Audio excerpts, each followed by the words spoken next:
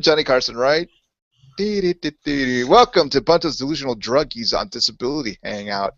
I'm here with our four excellent panelists. I'm here with Brojo, Hades, Lindsay, and Lyrics. And we're talking about two things, speaking in tongues and how long you should sit before you got to get up off your ass. What are your thoughts, Brojo? Which do you want, tongues or sitting on your ass? I can't speak in tongues while I sit on my ass. Yeah. Combined. If you can pull off both. Rock back and forth, you know. Ushabalaki sarabalaka. Right, you know, you're cutting the loaf in two. No, but I mean, okay, how long do you sit in a place? Or do you always stand when you do hangouts? No, I'm mostly sitting, but once I start feeling it, because I have experienced some neck problems from sitting too much, Right. bad posture over the computer. So once I start feeling I could, just sense my body, I have to, get up, stretch. There's I'm actually sometimes doing you now. find yourself sitting still for like 3 to 4 hours. Then when you move, you get up, it's like you're like a statue. I mean, you're just totally stiff. Yeah. I think that's a problem only old people have. Yeah, I am. I'm joking. No, I'm joking.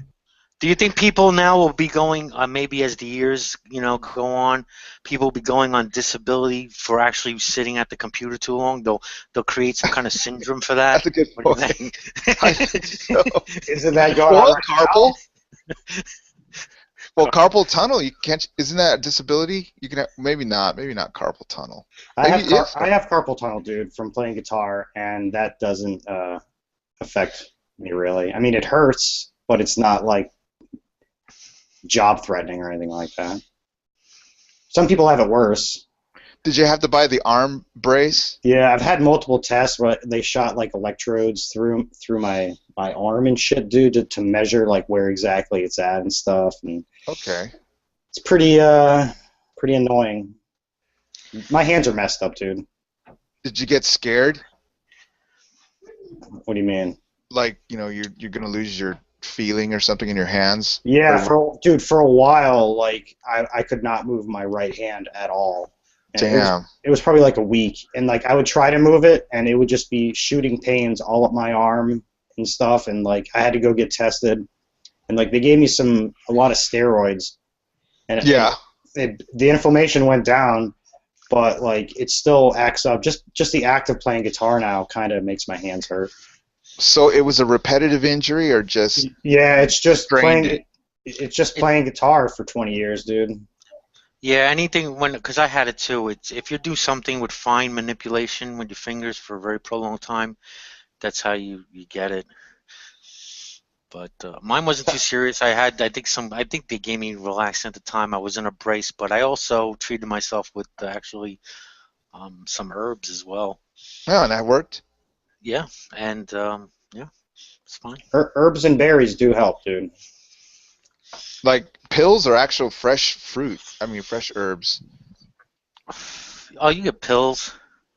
Supplements. I don't remember the concoction I had. I think one part of it was burdock root, which came in a liquid form. Like there's a thing you could take to help with. I think it was for arthritis, but to help purify your blood, pretty much. And it was burdock root, licorice, and sarsaparilla.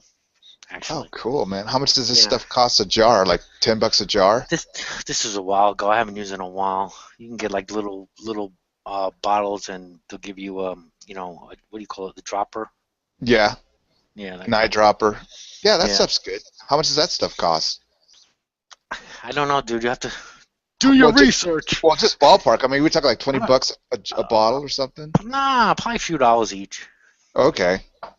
Because you ever gone to a drugstore, like supplements cost like $15 a bottle, man. It's like expensive now. I was trying to get two first. Okay, you guys hurt your hand. Have you ever hurt your back where you had to go to a chiropractor? Yes. So, I mean, is it worth it? Good reviews, neutral reviews, I know bad? chiropractors get a bad thing, but I mean, I went to a chiropractor for a while, and it seemed to help. It was at least temporary relief. Did he You know, put your backs? Did he fix your back or just play with it? you lie on your stomach, and you're putting your head in that freaking thing, and yeah, they manipulate you, straighten you out, make crack your back and stuff. Yeah. Did it work? It seemed to work at the time, yeah, Okay, like I hurt myself at the gym. I popped a rib, and the guy told me that go to see his chiropractor friend, and I went to see his, and he told me, my spine was out of alignment, and it would cost me $70 to straighten it out. Like, how much dough did you blow at the chiropractor?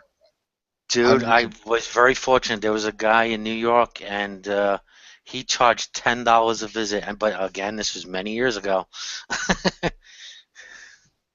So now if you go to the chiropractor now, it's like, depending on who you go to a normal, like one with a medical practice and stuff, it's like $150 around there.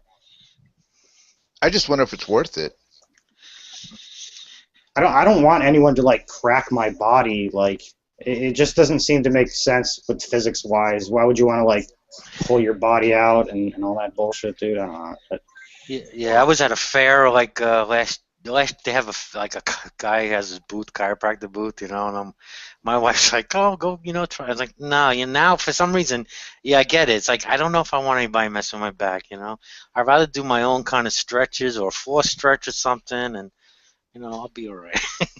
Okay, would you rather spend the money on a chiropractor or get a back massage? Massage, definitely.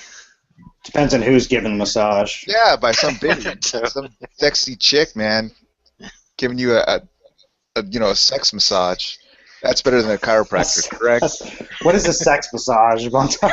Like in a bikini or something, rubbing you down or something. A real sexy massage. You want happy ending? Right, some Asian girl, walking on your back. Remember the James Bond where the chick's walking on the dude's back? I guess they're light enough. Well, okay, I hurt my back, and I don't have the money to fix it, so all I do is lay on a heating pad, right? Is there any other tips that you guys know to help my back? Stretching, dude. Stretching every day is very important. People can't give you medical advice live here? Come on, I'm not a doctor. Right? You feel like I'll sue you. You'll tell me to do something, and then I'll just sue you afterwards. No, I mean, well, don't you have what part of your back hurts? The lower part, the lower back, at night. Right, the connection to the pelvis hurts. Yeah. Is the heating pad helping? Yeah, the heating pad helps. But I work out a lot, so I think it's like maybe I strained it in a workout, and then I just walking off the strain. Yeah. My wife did recently. She hurt herself too, but she feels like I gotta go work out every day. I was like, well, maybe it's your body telling you need a little rest. Yeah. You're just agitating it. That's racist.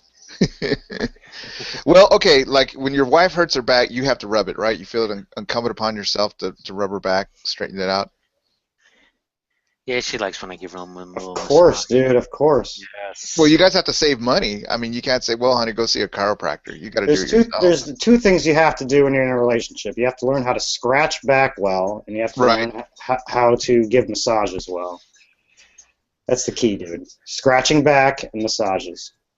But sometimes I'd rather just give her the $50. Go get your 30-minute massage from a professional, and like at the mall, those type of massages are real. Like she goes to somebody's house. No, goes to a place. Yeah. I would never let anyone touch me, dude. I couldn't just go to the mall, go and shop for some shoes, and then you're like, oh, look at this dirty ass guy trying to give me a massage. I couldn't do it, dude. That happened to me actually once. I wanted to go get a massage, and I answered an ad, to go see the thing, and I really got the vibe that the guy was a dirty old man. Because when I, went to his door, his eyes like totally lit up, and I was like, yeah, this guy wants some action, right? So I just said, I just think I'll pass. Was he in the delusional or the drug addict category? He was definitely pleased to see somebody answer that ad. But his eyes got really big, man, because like, hey, look, there's a big old Indian here. Get to rub him down. You called an ad in out of paper, dude, for some. Well, yeah, it was like, in the alternative paper, the Chronicle, it says, What the hell do you think was Craigslist. going to happen, dude? Craigslist. well, okay, Come on, listen, it was Craigslist, Bunto. You know it was. you can get a pretty good massage by answering an ad in the paper, because they have massage schools, in Austin. So yeah, pretty good massages. But the thing is like, you want to spend like about $50 for a full body massage back then. I guess now it'd be like 80, don't you think, for a full body massage? I guess. I don't know. Head to toe, man. Well, don't you guys know your Depends on massage? how sexy it gets, I Yeah, guess. but I don't know. Depends where you're at. I don't know. I think depends on the market, no? Okay, you'd spend more than $100 for a massage. Yes or no? No. Yes. That's the No. price. I would. Um, Oh yeah. Oh yeah. That's expensive though. Well, you got to pay for the quality, dude. So like, yeah, if there's- I want it to be. If I'm going to spend $100, there are definite $100. There are definite massages worth $100. I'll grant you that. Not sexual, not like anything perverted. But if there's a hot chick there and she wants to give me a massage and she's really really good at it, dude, that's worth $100 in my book. What do you think, Brojo? You throw down $100 for that type of massage? I'm going to take the fit since I'm live. Okay, you would get in trouble, right? Your wife would say, This isn't sexual or anything, Brojo. This isn't like little. Happy But your wife would give you hell because you spent so much money on a massage, right, Brojo? My client is what's the word? Okay, but then if you got like a $30 massage, your wife would be like, well, $30 for a massage? Do you think it's kind of cheap? My client is invoking his Fifth Amendment right. Okay, well, anyway, when your back messes up, you got your wife, or you can go buy something, right? Or you could try ironing it out yourself, right? Just laying on a heating pad or Heating pad, icy hot ointment works. Right. Epsom salt bath, try that. I haven't done that. I haven't taken a bath in a while. I mean, I take a shower, but I haven't taken a bath. Oh, great. Have you taken a bath, or you just shower? I'll tell you, 99% of the time it is a shower. But if I get those aches, Epsom bath, it's great. Put on some nice music, light a candle, relax. You know what's cool? The Japanese people have communal baths. They all go to the bathhouse. Mm-hmm. What? Don't you think we should have that here in America? Do you think it'd work? You had something. I remember in the. God, this had to be late 70s because I was a young kid. Coney Island, they had those public baths right off the beach. Oh, yeah? Yeah. I mean, they don't have them now. But what happened? I mean, too much perversion, or just our society? Yeah, you get. Could you imagine if someone tried to start up something like that now, dude? The outroar that would happen? Holy Why? shit. A communal bath would cause outroar. Oh, yeah, definitely. Well, in ancient Greece, that was commonplace. You know that, right? Well, tell me, please. In ancient Greece and Rome, that was common. It was the bath where a lot of the young men would gather around and they'd all be nude and have their bath. And it was a place of business. Used to be a place of business. Yeah, exactly. All kinds of things, and sexual acts were going on as well. Well, you gotta have fun. Okay, but listen, in America now, we're so prudish, we cannot share a bath. Like, let's suppose my neighbor had a hot tub and he wanted to break it in. He invites people from around the neighborhood for a hot tub party. We look down on that, right? No, a lot of people have hot tubs and get there, but you usually have a bathing suit on. Right.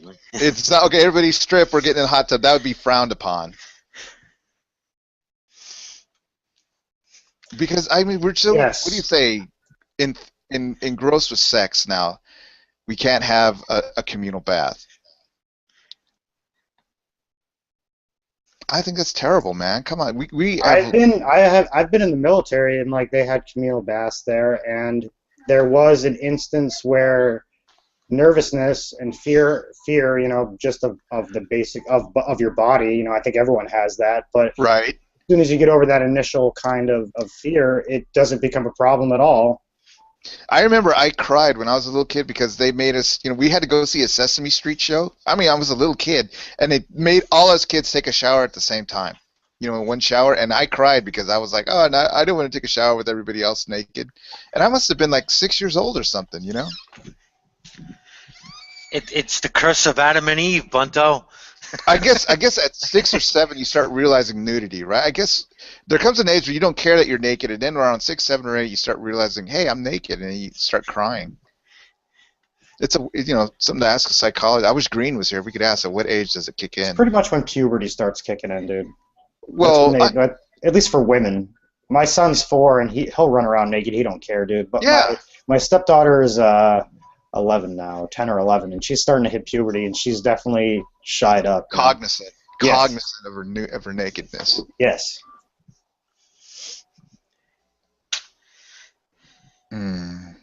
Well, okay. Well, let me see. All right, the back pain, speaking in tongues. No, we didn't talk about speaking in tongues on air. Okay, let's go back to speaking in tongues. All right. Maybe we'll attract some theists. Some theists. All right, we're laying the track on it. Okay, did you ever believe speaking in tongues was real, Brojo? Did it ever? Yes, I did. Yes, I did. Yes, what I happened? Did. Well, you like we were talking off air before. It's that mass hypnotic effect, especially with the music, because music is very powerful. Okay. It's in that kind of trance state, and then you're taught scriptures, that this is a spiritual gift, and so, and then maybe you'll hear the preacher say it. I mean, I've seen where they're some of these preachers are egging everybody on, just right. Okay, so there is some sort of coercion there to, hey, it's your turn to speak in tongues, right? And so you just babble it out what you've heard. The funny thing I find is that this is what, because after a while I was in the church, I decided to do a study on the speaking in tongues. I actually challenged the pastor once about this. He didn't like it too much because the tongues, you have difference of opinions in Christianity when it comes to tongues. Some, they'll say, no, this gift doesn't exist at all. There's no need for the gift. Some would say, that speaking in tongues is supposed to be a known language, all right, like it says in Corinthians, and that it needs to be translated, know. And then some will use another scripture, like they'll take some kind of out of context, how I see it.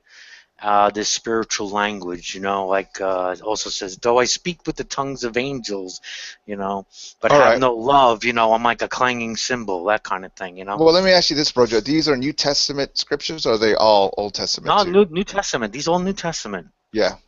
Yeah, I mean, you find the first instance of tongues in Pentecost in the book of Acts, and that's when they were supposedly speaking a language that was known from some of the foreigners that were visiting. Okay. And this is supposed to be a sign from God because these men apparently did not know the language. Right. So that was like, go ahead. I was thinking about the Jews. Okay, the Jews are very, what would you say, insulated religion, so I can imagine they would really frown upon any foreign tongue in their synagogues. Can't you see that? I mean, and then Christianity, which is very, inclusive, tongues would work there, speaking in tongues. The whole idea. Certainly not the gibberish kind would not work probably in a synagogue. Well, okay, the reason... You definitely cannot speak in tongues in a synagogue. Yeah, yeah. Okay, why does gibberish work in Christianity? In American Christianity, why do you think it works? Well, this is the strange thing that I find when I was studying this thing at the time. And if you notice that speaking in tongues in the whole list of all the gifts of the Spirit, it's like the last one. There's almost like a kind of in order of importance or not importance, but like on top would be miracles. Healing somebody, that kind of deal. The pyramid. Yeah, so, I mean, tongues is the easiest thing to fake. I mean, you could say it's God, but there's no proof of it. Right. Any other miracle, you kind of need some proof that someone got... Okay, so it's a quick bona fide. It's a quick... Yeah. or And there's a Christianity. lot of spiritual pride and ego that goes on in the church, you know. I think that's definitely part of it, you know. Look at me, I speak in tongues. I might just be so spiritual. Well, I've noticed that like when people do it in the church environment, that one person starts it off, and then that Right. kind of initiates a cascading of tongues. That's an interesting. Right, and then that goes totally against what Paul was saying in the church. He was condemning that kind of behavior. He said, you know, what you're supposed to speak one at a time, and then you're supposed to have an interpretation. Okay. So Yeah. okay, when you brought it up to the pastor, how did he respond? Any or not at all? Oh, he just did not want to hear it because I was trying to get it, you know, talk to him about the Greek word and stuff, and he was up on his stage. You know, it was like a small Bible study, you know, Right. and you know, he didn't like it that I was challenging him there. It was supposed to be a Bible study, but you know, Preachers No, don't it's- like intelligent people, dude. yeah, They No. they get in the way of the preaching. yes, sir. Well, okay, let me ask you guys this, okay? Is there a sort of cosmopolitan to speaking in tongues? Like, you know, okay, the people in the mountain churches, they handle snakes, right? The snake handling churches? You know, that's their kind of I never been to Like one, but I heard about it. India. You're talking Well, about the Indians that like, you know, they no, in charm- America. Who would do that? Why would you go near a snake with like a little? Explain it, Brojo. In Mark, the last part of Mark, where you can handle a snake. That's right. And the last part of Mark, one of the signs of, you know, one of the signs that you're a disciple was that you be able to get bit even by a snake, a poisonous snake, and it wouldn't hurt you. It happened to Paul, remember, in Acts, the last part of Acts, he got bit by a snake and he just laughed it off. Yeah. So anyway, in the hill countries, in like West Virginia, in the mountain countries, they handle snakes, lyric. And Well, we're sometimes talking they about do- West Virginia here, dude. So, yeah, I mean, they get bit by a snake and they get sick and they die too, you know. But anyway, in a way, that's sort of like, what would you say, a kind of mystical, not, I won't say cosmopolitan, but have it's you sort ever of been to niche. West Virginia, dude? You ever been there? No, I've only seen the pictures, but it's All right. Well, a picture is worth 1,000 words. All right. And Right. when you go to West Virginia, there's 1,000 words, and it's pretty much hick country, dude. Like yes. deliverance style, real deliverance style. You know, just down home country boys. And, Really rural deliverance. Okay, so what those people do. So in our Pentecostal churches, if you start busting out tongues, it's sort of like, you know, hey, this is kind of neat. You know what I mean? It's sort of like a niche, a kind of showy thing to bust out tongues. Yeah. Instead of being a dull church, like some sort of Episcopalian, you know what I mean? Sort of standoffish church, you know, Methodist, boring church. The fundamentalists have some sort of excitement, tongues, handling a snake, witnessing. You know those churches that make everybody witness in front of the Lord. Like they go through the pews practically. You know, if you're just sitting there, they point you out. Hey, what do you got to say, brother? You know, and you got to stand up and witness in front of the congregation. You know, it's sort of like audience participation church. Oh, what do you guys think, man? I mean, is like that video I saw of it was some sort of black congregation down south, and the one guy was trying to pray the gay away. So that stuff. Exorcism. he went up and said that he was no longer gay thanks to the power of Jesus. That kind Right. of shit, dude. Yeah, testimonies. Oh God. Have you ever had to do that, Brojo? Give a testimony in front of the church? I have. You never had to, but you were encouraged to. You know, hey, Dude, you know. they would point me out, and I had to stand up in the pew and had to witness for the Lord. That was the type of church. It was an Assembly of God church.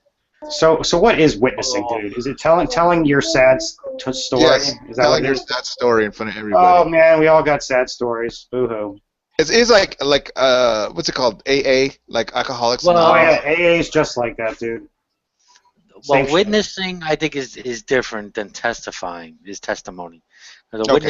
witness is more evangelical. Okay, you're preaching the gospel. A testimony is of what you know.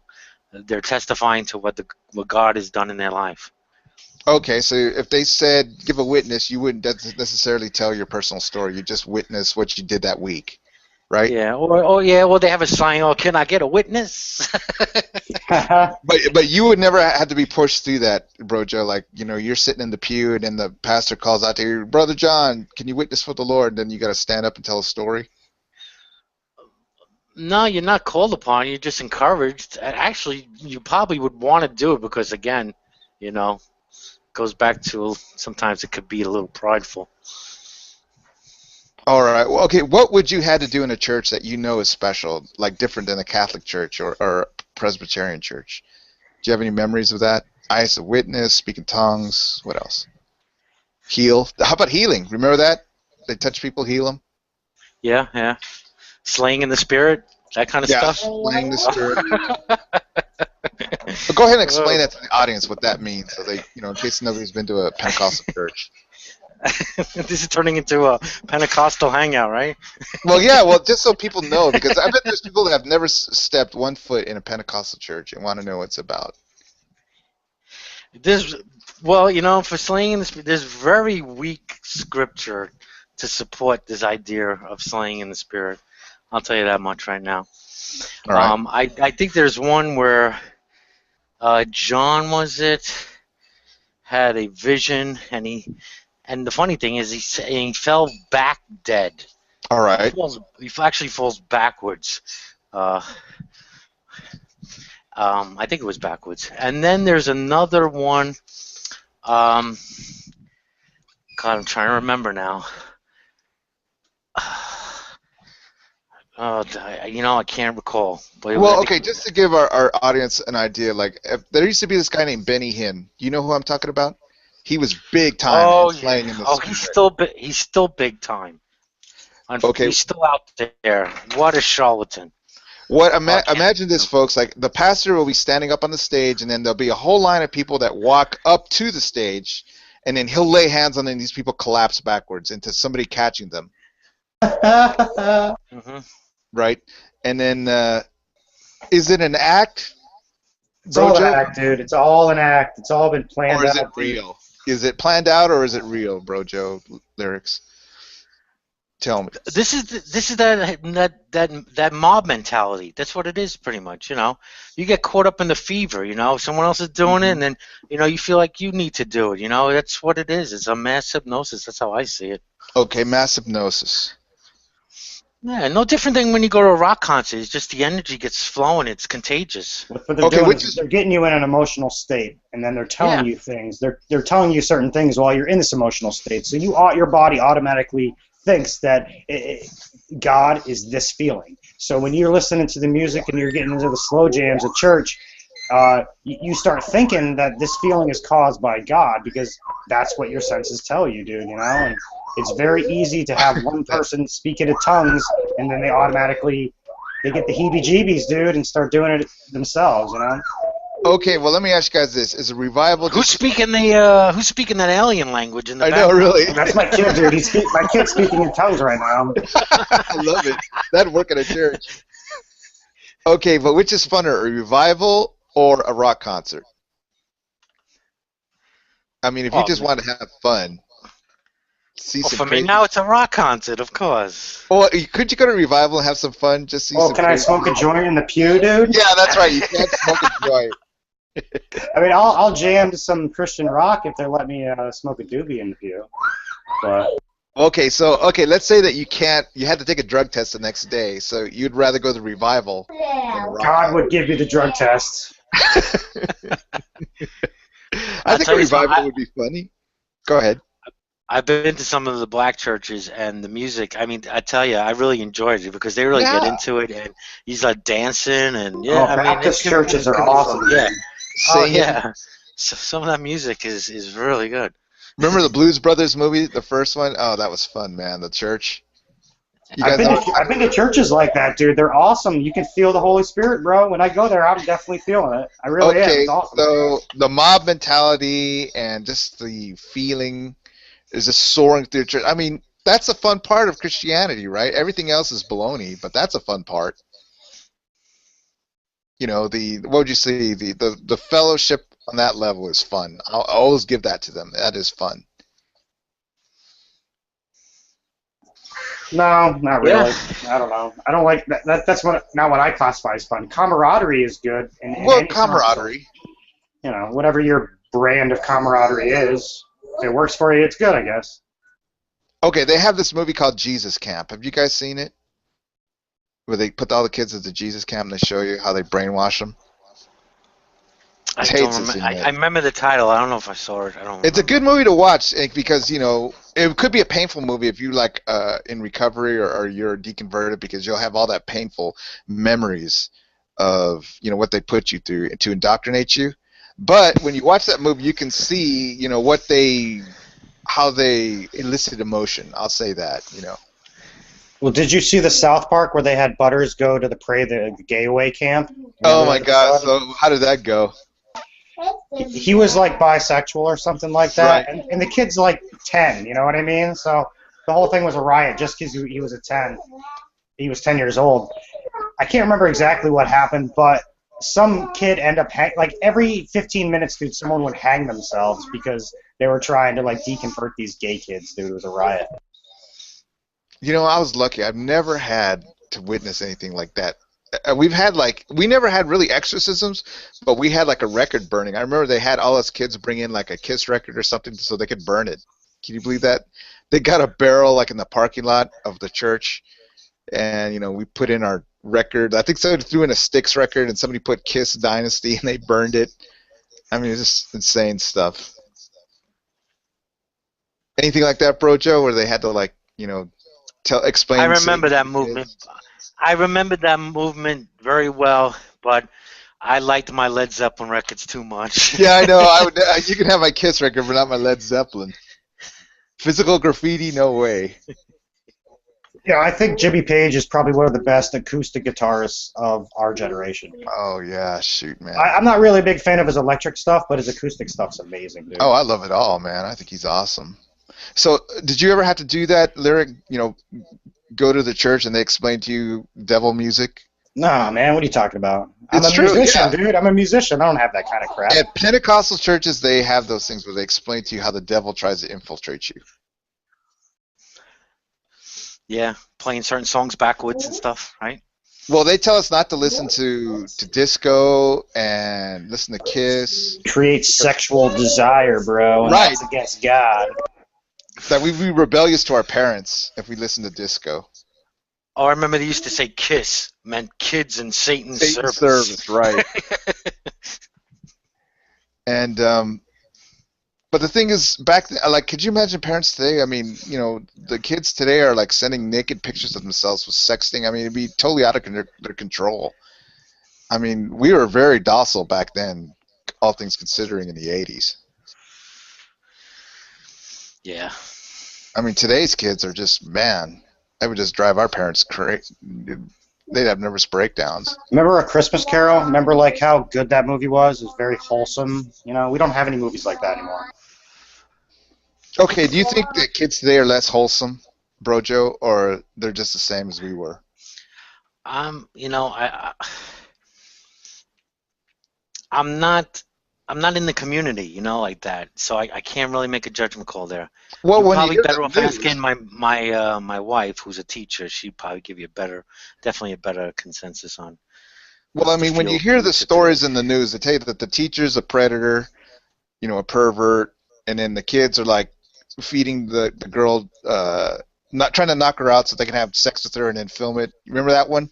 Where they filmed the sex and then put it on Facebook or something. So it's really Who the fuck does that, dude? What kind of crazy shit is that? It was some What page are you liking? Because I never seen that shit. Well, yeah, it was in the news. Remember that they sexually assaulted this girl at a party and then they filmed it and put it on Facebook. What the fuck? Video. Yeah, it was a terrible. It was in the news. And these guys were like football players or something, and so it was a big story. I can't remember the town exactly. It was in Ohio. Hey, you saying it's fake? But it was fake. But I don't know. Are you being a noob, dude? Well, it was on CNN. I mean, they covered the. God, CNN, dude, really? Must be I could true. be wrong, but I know it was. Anyway, what I'm trying to my point is, it seems to me by what they show us in the media that kids today are less wholesome. than I was growing up. There are statistics saying that violence has gone down like 60%, dude, within the past 20 years. Around there's a huge decrease in violence all around in any sort of crime. Rape, everything is down, dude. My high school did not have security guards, or you had locked doors, or go through a metal detector. Now today's high schools. I know. I was the same way. Now, like, they do have metal detectors in high schools and stuff. I'm right next to a high school, and they have the whole 9 yards set up there, dude. I'm in a city, so it's kind of different, you know what I mean? But there's... To me, I have an opinion that there's an agenda there. Like, they want to boost an industry, Brojo? Well, maybe not boost an industry so much. God, you know, I don't know if I want to get into this topic, but, you know, we've had certain, like, acts put through, like the Patriot Act, you know, right, and NSA and stuff like that. And to me, I find this kind of an indoctrination, you know.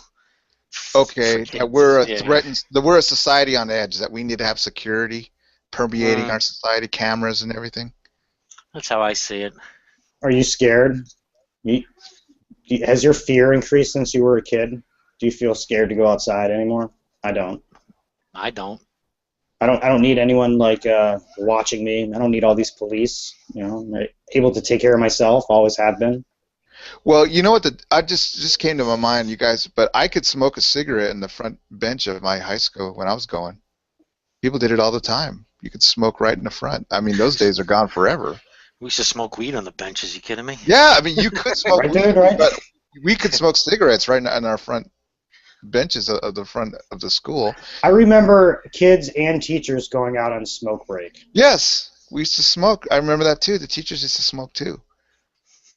I had a shop. I was in a vocational high school, and the shop teachers would go out on break and smoke. And there'd be like 5 or 6 kids that all like, "Hey, you got a lighter, dude?" You know, it was normal and commonplace. It wasn't a big deal. I know, those days are gone forever. In fact, we could eat junk food. Remember, had soda machines. Those are all gone. Well, that's probably a good thing. That's what they say. They say that, you know, our health is going to improve. Well, what do you think about the New York mayor there limiting soda beverages, the size of beverages? Do you think that's wrong? Yeah. But that mayor's no longer around anymore. Yeah, but I'm just saying, like, I think it's stupid to get rid of that kind of stuff. People are going to do it whether they're, you know, it's outlawed or not. I remember there was a big joke going on because at the same time he was looking to, like, places wouldn't be able to sell anything larger than a 16-ounce soda, you know. I mean, which is ridiculous because you just go buy 2 of them, but right. At the same time, they were thinking of decriminalizing weed. So I remember this. I don't know what comedy show it was on. The guy brought out a 16-ounce cup of soda and then a cup full of weed. It's, you know, well, it wasn't really weed. And it's like, which is more legal? Right. Well, they want to have healthy kids. I can see their point that way. Hey, did you have soda when you were a kid? Are you relatively healthy? Oh yeah. Well, there you go, dude. You don't need to get rid of soda, man. Soda's been around for years, since our grandmothers were kids. Grandmothers. It's not the soda that's the problem. It's the laws that are being passed based around it. Screwing up everyone's... Is it the society? Is it the... I mean, that sugar will kill your teeth, no? Right. Oh, yeah. I mean, there's always people that do everything to excess and stuff, but, you know, there was never a problem with excess, say, 50 years ago. Maybe there was, maybe in the culture, but I wasn't around then, and it seems like there's more excess of things today than there was back then. Government trying to control our lives. Who's here? I'm awake. Yeah, what's up? What's up? What's going on? Have you been doing hangouts? I joined a hangout with a guy named Aaron. I've been watching his hangouts, and he's a fucking superstar. Have you seen? Oh my God, he's awesome. Have you seen any of his hangouts? You know, his name's Aaron. Yeah, A-A-R-O-N. Yeah. Oh my God. Well, the thing is, like, I wanted to send him a message because he sent me a message, but he doesn't have chat, so maybe I'll just send it to him G+. Yeah, he sent me a message. Says he likes my stuff too. So tell me about him, Yeah. please. Is he like a young man or old guy or middle age or what? He's I don't know how old he is. I think he's a young man. He's probably in his 20s or early 30s or something like that. Mm-hmm. He just What? has adventures in his apartment, you know. And he's got gang stalkers, and he's got an ex-girlfriend named Rosie that he talks about a lot. And Oh, cool. he wants a houseboat. I mean, he's just he's fantastic. He's a fantastic dude. I think he might be a little. Does he You fall know. in either? Does he fall in either of the three categories we're talking about today? Delusional, drug addict, or disabled? I don't know. You'd have to ask him. But I think he might be a little shy. I prefer all three in my friends, actually. Only the interesting ones. Okay, But- Pyong, I think he's a let me little ask you shy. this. Mhm. Do you think our youth today are less wholesome than we were in the growing up? Boy, I don't know. Less wholesome. I don't know. I mean, my nephew's a good kid. That's Right. all I really, I'm not sure. Maybe they are. Okay, Bastards. Pyong, do you remember the case where these kids drugged this girl at a party and then had sex with her and then filmed her and put it on the Facebook? Does that sound familiar? Oh, I don't Was know it that. last I don't year? know I don't know that precise case, but I've heard of things like that happening. Right. So I mean, doesn't that lend to believe that they're less wholesome than us? Yeah. Well, I don't know. I mean, I'm sure knuckleheads have been doing that for a long time. They But just now, didn't put it since on they have Facebook. media, they can get their jollies off that way by putting it on social media. Yeah. I don't know. I mean, I've talked with friends of mine before about the kids being more narcissistic, kind of, and Okay, hedonistic. well, no, not hedonistic. No, Hedonic. because I'm kind of a hedonist. I mean, really, when you get down to it.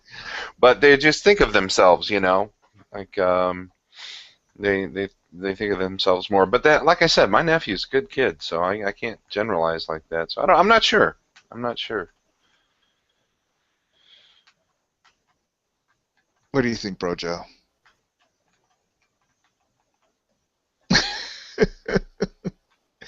We're running out of gas, and it's only like 45 minutes in. Also, What I asked my wife the question for you. Uh-huh. Were kids wholesome or more, less wholesome? And she said, I can't. It says it all depends on the person. She couldn't really give me even a general consensus. Okay, so is the media making a mountain out of a molehill? Oh, they usually do. Come on. Right. It's all rated. But why do our schools, Pyong, our schools have to have metal detectors and security guards, and I mean, they're almost like prisons now. Oh my God, yeah. Chicago has a huge problem with schools. Ginormous. Why did kids go that way? Why weren't they like us now? Yeah, well, I don't know. Popularization of gang culture, maybe. I'm not sure. Okay, when they watch their movies and stuff, they get inculcated with their bulletproofness that they think that they're totally immune to. Yeah, I don't know how much it has to do with movies and stuff like that. I mean, like I know that the Chicago Metro has a lot of gangs, and Well, they think it's like they have this, I don't know, gang morality or something where sometimes they solve problems and it's better for them just to shoot somebody who's fucking with them as opposed to getting in a fight with them or whatever. I don't know, man. Warriors, come out and play. Right, that was a great movie. I mean, that movie when it came, that movie would be rated X today if it came out. You think? Oh yeah, because I mean, it would be too violent. What movie? Oh The no. Warriors. Hostel was fucking R. Or Saw. That kind of bullshit. I think all the parents groups would rise up against a movie like The Warriors if it was coming out today. You think Really? so? Nah. I think Warriors like PG. Really? Yeah. I mean, that movie had some You merit. remember that movie? Oh, I mean, they had gangs that were like roller skaters. Well, they had a baseball gang, and then they had a kung fu gang. Remember? Yeah. Riff. black Yes. militant kung fu, and then they had the baseball gang, and then they had a real like Pugsy Boy gang. Remember that was the gang at the end. All right, The- Bunto, if you're gonna rate Warriors rated X now you definitely got to fall into either the delusional or druggy category right now. Both delusional. But the thing is, the reason that movie will be rated X is because it's a glorification of violence that they want to remove from our society nowadays. There's no gang movies. There's no Hollywood has been told not to come out with a gang movie, so we'll never come out with gang movies nowadays. No, that's not true. Is that true? What was the come out last with gang movie? I'll take it. What was the last gang movie? I can't think of it. I don't know. I'm not really interested in the movies, so I don't know. But they'll do superhero movies, but they won't do a gang movie. No way. Well, Boys in the Hood, dude. There's plenty of gang movies. That was in the 90s. They I gotta saw have Boys- those shitty-ass gangster movies out still, dude. Okay, gangster movies. Do they still have those? I guess The Departed was the last one. Did you guys see it, Departed? Did you Nope. like it? didn't see it. Didn't see it, no. Well, I guess, the appeal is losing. I mean, they came out with The Gangs of New York, and that was a terrible movie. You didn't like that movie? I love that movie, dude. I got bored. Like in the first... It was very long. It was like Yeah. a good half an hour, 45 minutes too long, but it was good. Yeah, I like that one too. I like Daniel. Well, Daniel Day-Lewis is a great actor. I love Oh, him. he was amazing, dude, in that. Even Leonardo DiCaprio was pretty good in that. Yep. And I hate Leonardo, dude. I hate that guy. I think he's a shitty actor. I thought that was his best role. Okay. Or maybe He is- Gilbert Grape was good, I guess. Well, he was decent in The Departed. Okay, well, let me ask you guys, like, movies like... They're like Matrix-type movies coming out. Did they have, like... Remember that one I was thinking about? It was Leonardo DiCaprio, but it was the one that... Incantation, what was it called? Inception. Inception, yeah. What'd you think of that movie? Oh, it was great, but that wasn't Leonardo DiCaprio, was it? That Who was it? Matt Damon. Yeah, Matt Damon. I mix them all up. That's all right. Yeah, I liked it. It was fun. A lot of neat camera work in that. A lot of neat CGI stuff. Okay, what kind of movie would you go out to see right away? Like the Star Wars movie, when it comes out, you can go see it, Pyong? I don't think so. Because it'll just be like, I don't want to see old Princess Leia. You want to just remember her young. Oh no, I liked the prequels. Fucked me over. They mind Yeah. fucked me. Oh god, they were so terrible. Now, I'm dead on Star Wars. Star Wars is dead to me. And the I new like Portman though. I like Natalie Portman. okay, the new Star Trek was travesty, right? You can't do it. Shatner's the only Captain Kirk. Oh, I actually like the new Star Trek. Better than the old Star Trek? Well, I mean, it's a different deal, But I like the new Star Trek. Thought it was a lot of fun. What about like the newest one? Are you talking about, because there's two, right, that came out? I like the second one better than the first one.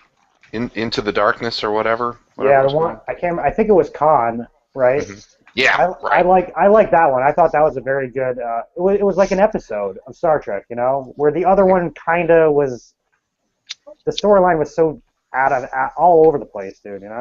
Yeah, newfangled origin story. Okay, if you had to take a young teenager to a movie, you're taking him to a superhero movie, or if you took him to like an adult movie, everybody in your family would frown on you. What kind of adult movie? Like Behind the Green Door or something? I mean, do they make adult movies anymore? Like, my mother took me to go see Annie Hall when I was like 12 years old or 13. Oh, Jesus, yeah, no, that's not a good one. Not You a don't good think choice. so? A Woody Woody Allen, Allen that was movie for a hilarious. 12-year-old? No. Yeah, it was hilarious, dude. Oh my God. Well, I mean, it's nice to go to a movie with your mom if your mom's into that. Yeah. Mom, for my birthday party, she paid all his kids to go see Young Frankenstein. Oh, that's a good one. So, I mean, okay, Wilder, sure. what is an adult movie nowadays? I guess do they have any Wow. hard-hitting movies that make sense? I guess American Sniper, if you like that sort of shit. Yeah, I don't know, man. Pacific Rim. I went with my Well, nephew what's to that see about? Pacific Rim. No, the guys, the kaiju. You know what I'm saying? The Godzilla monsters or whatever. Okay, so that's in Pacific Rim, Kaiju? Yeah. Did you hear about that one? It's a Guillermo del Toro movie. No, tell me about it. Yeah, it's just like I don't know. It's a sci-fi movie where these people get into these giant robots and they use these giant robots to kill like monsters that come through these dimensional portals at the bottom Oh of the man, I'd ocean. love to go see that movie. Oh yeah, a lot of fun. A lot of fun. And then what else did we see? I saw the new Captain America story with him. Yeah. Okay. Well, if you took your young teenage, what would you say, niece or something to go see a nephew. chick movie, would you go do that like one of those 101 dates or something type chick movie just because Oh, she no. wanted to go see it? No fucking. I mean, I am bored like shitless if I had to go see a chick movie. Yeah. Not me. Did you see Something About Mary when it came out in the theater? I That think was a I great saw that on movie. video. It was hilarious, man. Yeah. I loved it. Everybody in the Especially audience had my a great time. ass. It was funny as shit, man. I love that movie. I thought those guys were good. Whoever made that movie, I thought those guys were going to be a superstar directors, man. Something About Mary, those directors. What happened? But I don't think they ever recaptured it, man. That was a freaking funny ass movie. Yeah, they pushed the envelope for its time. Yeah. Yeah, wasn't it? Remember with the cum on the head? Yeah. Oh, that was Yeah. hilarious, man. I almost fell out of my chair, man. I saw it with my aunt and my cousin. Oh man, we were just screaming laughter the whole time. I don't know. I haven't been to movies in ages because I don't know. I guess just nothing interests me to go out and go see. You guys saw Avatar when it came out, Yeah. 3D and all that shit. Yeah. I didn't see it in 3D. I didn't see it 3D either, but I saw it when it came out. So I haven't seen. They still got 3D movies, right? Oh yeah. I haven't seen any.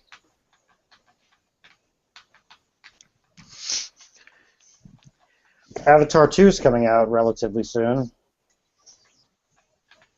A band that I was in, we put in music towards the soundtrack. I don't know how it was done. One of the singer's contacts or whatever.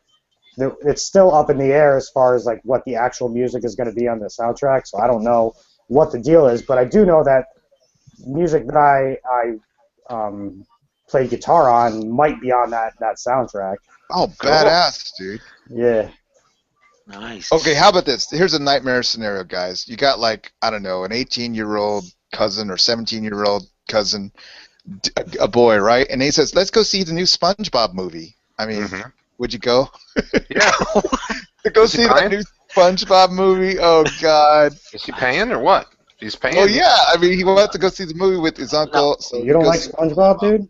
If he Not wants unless we take a stop at the therapist beforehand.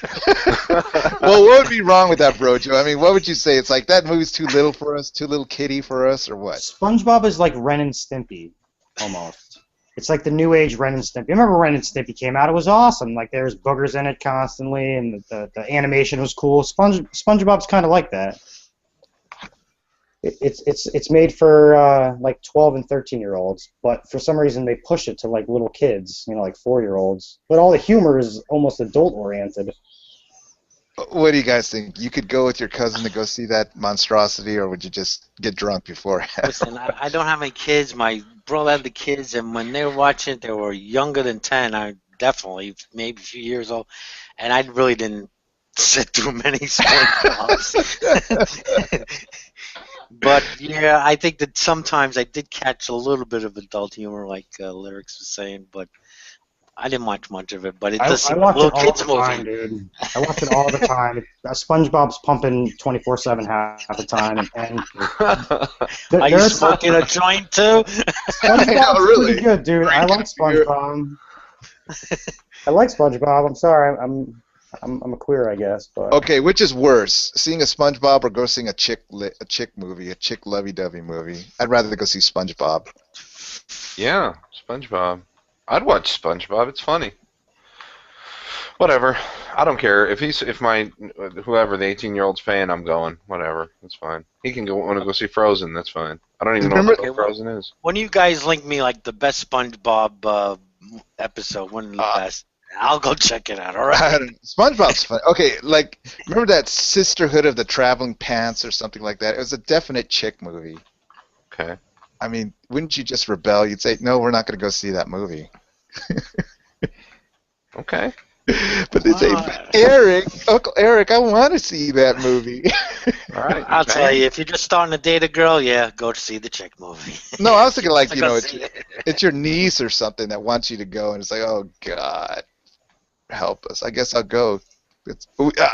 I had the last movie I took my niece to was The Crow. That shows you how long ago it was, and we had a good time. I love that movie. When did that come out? Fucking like 80s, 88 or some shit. Wasn't that the one that he died on, Brandon Lee or whatever? No, he died or died. Second one, but yeah, she loved that movie. She had a good time. We had a good time. The Crow. There was What a another good good movie. Uncle Bunto. Uncle Bunto. Yeah, they used to ask me to take them to movies. I used to go take them all the time. I love to go see that Pacific Rim though, monster movie.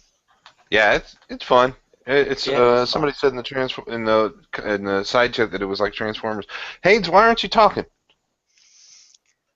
Isn't it Hades? Yeah, Hades, why aren't you talking? Anal. Okay, there's something when people mispronounce your name. Like people call me Bunto. I don't care. Bunto. Pong. Yeah. What about the dude with Pong. chemo nuts? What about the guy with chemo nuts, dude? He was pronouncing your name wrong. I can't remember who he was. Oh yeah, that big guy. I went on Sid's Hangout, on the wind down, and there was this guy there. He was like sounded like high pitch. You ever watch Howard Stern? And Yeah. So that's he was talking. And he just mispronounced my name and had the high voice. Said that he had cancer of the balls. He did what? He had cancer of the balls. And he started talking His about. nuts were irradiated, pretty much. Oh, man. So Oh, I said it terrible. explains a great deal, but he looked kind of like Sid's son. He was grumpy. He was a grumpy individual. Fuck, we had bowel cancer. What do you expect? I can't believe this is the second time it's coming up. You guys see the South Park episode? The guy, do you remember that one now? You guys are laughing? Where they got big testicles, dude. They're all bouncing on their balls all over town, dude. Yeah, they do this so they could get medical marijuana. Yeah. He was putting his balls in the microwave, dude. Oh, my. That is one of the funniest South Parks ever. I'd do that. Fuck. Dying laughing. You gotta go see that episode. Okay, the South Park guys have made a musical about Mormonism, right? Book of Mormon. Yeah. Have you guys seen it? Is it any good? Didn't see it. Haven't seen it. I like to see. No, I haven't seen it. Did you ever see a musical when you were in New York, Brojo? Mhm. Yeah. Which one? Grease? I seen Broadway. I mean, I saw Phantom of the Opera. Cats. Yeah, Phantom of the Opera. Cats. Everybody go see Cats. God, it's so long ago. Times Square, man. Got to go and see a musical. Yeah. The only thing is, it's not cheap. Yeah. If you want to go to one of the major on Broadways. Pyong, did you ever seen a Broadway musical? Never. Oh, yes, I did. I saw The Lion King. That must have been badass. Theater. Yeah. Cadillac Theater in Chicago. Yep. Les Miserables, saw that as well, too. Those are long musicals. Truth How's it going? G'day, Bruce. How you going? Like that sombrero. Truth Yeah, Cracker. It's motherfucking hot out here, so let me welcome you to Australia. We've had like a lot of rain recently, but check it out. God, look at Yeah, that. beautiful. Beautiful. Let me go ahead and present that. Look at that, the jungle. Well, we got a little herb here. Got some mint here. I'm waiting for a kangaroo to jump out. Yeah, I know. But Wallaby. what's going on? Oh, we're just shooting shit about movies. What kind of movies they got down in Australia going? You know what? I haven't watched movies for a while. I've been actually going back to some old school movies and stuff. The girl that I'm going out with at the moment, she's kind of like a throwback, retro kind of girl. You know what I mean? She Excellent. likes old kind of movies, you know? So, yeah, we've been sort of doing the old movie thing. So Like westerns or lovey-dovey movies or what? No, more like sort of quality movies that sort of in terms of like Classic. yeah, classic, yeah, classic, exactly. She's a flute player, she's a pianist. Oh, she's we went to musical. university. We went to university together, like we did the same degree and stuff, and we kind of hooked up, So I can Like play if the piano. If she Yeah. wanted to see West Side Story, could you watch West Side Story? I went through a phase when I was younger of watching movies and stuff. Sorry, what do you call them? Plays Musicals. and musicals. Yeah, because my mother was actually like a bit of an actress, so I got into all that kind of stuff. But when I was a kid, like and also I went to London, and the chick I was going out with there, she was actually, so we got free tickets. So yeah, I mean. I wouldn't go every day anymore. Like, I kind of tire of it. It's a little bit too la-di-da, like, sort of, it's too much, It's too sugary sweet. Okay, Pyong, what's your favorite musical to watch? Yeah, it's too much. What's my favorite musical? That's Huh? Go ahead, bud. Dude, that's got epic French, goddamn French Revolution. It's got love, everything. Oliver is another good one. Oliver's So, yeah. a great musical. Yeah, I like them, right? But yeah, I mean, like, yeah, I'm kind of, I'm still like into sports and stuff like that. So, Yeah, but your girlfriend, I mean, to make her happy, you go see a musical with her. Well, I actually got into it though. Like, I really did in a way, but like, I couldn't do it all the time. I can't exist on a You diet. haven't gone full bitch yet, right? Yeah, you got it. Yeah, exactly. Well put. Okay, so your girlfriend wants to go see an ice skating show. Would you go? Probably not. Why not? Just freaking 3 hours there watching a bunch of fairies ice skate around. I can actually skate, but I spent 8 years skating at the big roller in Carlingford, Australia, so I can actually skate. I've done Right. some ice skating, I've done some skiing, but I just wouldn't go and watch it. Like, when the Olympics come on, right, and maybe there's an Australian in the ice skating, which is mega rare, I might watch it for the duration of that, but I mean, and it's nice, elegant, la la la, but I just wouldn't watch it, why would you? I don't know. Pyong, ballet, would you go? No. Yeah, I've actually been to the Would valley not. before. And Is it's she funny because paid? I wouldn't do it. I wouldn't do it. How good looking is she? I love it, Pyong. Risk reward Believe benefit. me, all my girlfriends are good looking. Cost-benefit analysis. You can go to my Facebook page and you'll find out, right? Okay, Pyong, the woman has to be really stunning for you to go to ballet. No. Well, no, I'm just kidding. But no, she's probably got to pay. No, I would go anyway. I You gotta pay. wouldn't go. I don't like it. I just say no, it's not my thing. Like, I'd do something else and hook up later. Like, I like dancing, right? Like, I'm actually a classically trained dancer in Wow. Latin. And yeah, like only for 2 years. But So you take her out to dance? You take your girl out to dance? She's a terrible dancer. Oh, that's unfortunate. Doesn't matter. She tries her best. It's not our Okay, thing. Pyong, would you go Yeah. out dancing with a girl? Oh yeah, I'd go dancing for sure. Yeah. Hell yeah. I can do the foxtrot. I don't think I'd be able to go clubbing anymore. Samba. Yeah. What about the waltz? I could probably waltz. Swing. A bit of swing. Yeah. Rock and roll. Miss the ladies, dude. You go on the dance floor and you know how to do it. You pick a lady up, you drag her, you fucking force lead her, right? So you show her what to do in the mood and stuff. End of the game. But at the same time, like, all you're gonna get is some drunk girl who's, enjoy dancing with you. Like, so it's not really a recommendation, but depends on what you want. Girl. All right. Love dancing. I love dancing. Oh yeah? What kind of dancing? Yeah. Yeah. Tell us, bro, Joe. What kind of dancing?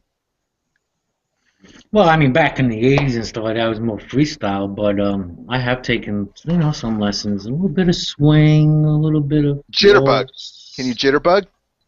Jitterbug is not in the 20s, right? So no one thinks- Okay, I Right. did ragtime as well on the piano, like entertainer and black and white rag. But I'm telling you, no one dances like that shit anymore. That's for the Great Gatsby. Dude, Put that in the you should have seen me in the 90s, boy. Oh, yeah. You were a badass. You're Travolta. You were What like were you John doing? Travolta. What were you busting out? Oh, I was shaking it and moving it, and yeah, ladies like To who? it. Like, I don't know. What was your little favorite little tunes come on the radio, or what do you Tunes. secretly dance Oh gosh, there's so many good to? Come tunes. on, think back, rewind the clock. Come on, there's got to be something you did secret dancing to in the lounge, when no one was Well, looking. one thing that got one song I remember that got me really pumping was oh shit, what was it? Thriller, Michael Jackson, No, right? no, it was by Snap. I Got the Power. Oh my God, I got the power. Yeah, that's Pump awesome. up the volume. Yeah. So you think like something like Rhythm is a Dancer? Oh, Man. Rhythm is a Dancer, some Deborah Cox. Remember that stuff? Yeah, you're into that kind of stuff. It's coming back now, right? Rhythm is a Dancer, all that One kind of of my stuff. favorites that gets me. One of my favorites, classic house tune, is "Push the Feeling" by Nightcrawlers. Love that tune. I didn't know that one. Push the Feeling. House, And got a great link. house tune. It's by Nightcrawlers. Yeah, "Push the Feeling." Yes. I appreciate a link if you got it. Like, what the fuck? I'll dance to it.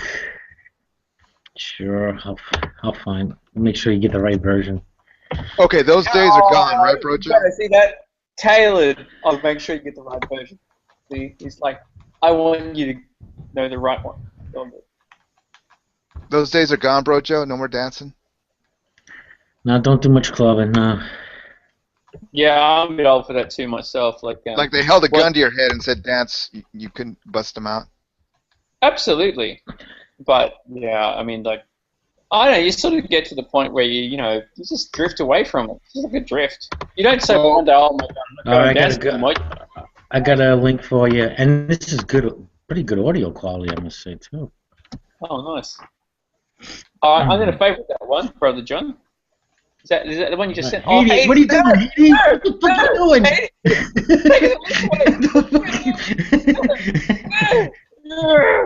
I got it anyway. Nasty. The devil's coming out in him. Watch later. I've got it. All right, I put it in the watch later box. So, asshole. Here we go. So what's been going in this chat? Sorry, I've just kind of crashed it.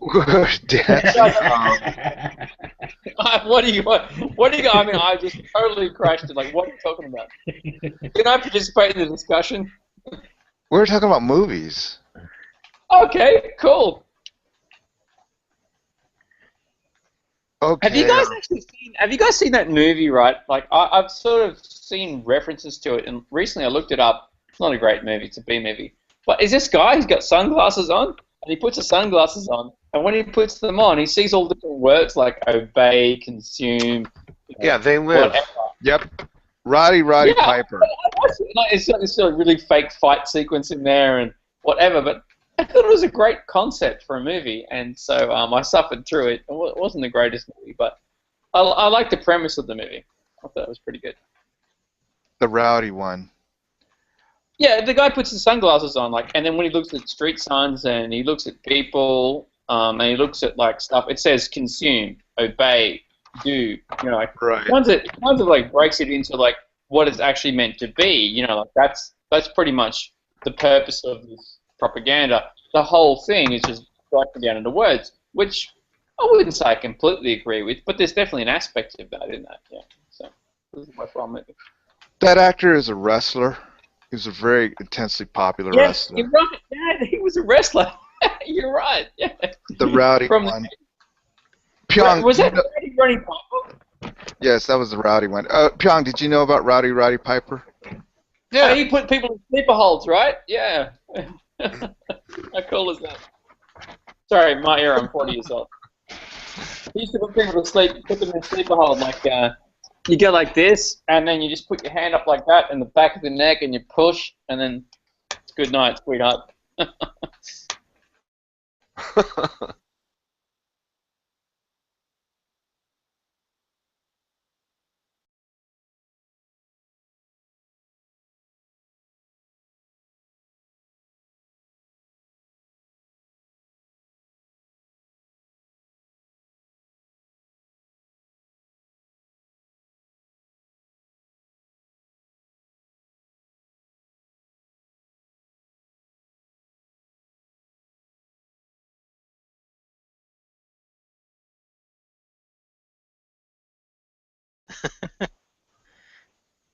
The whole browser just reset.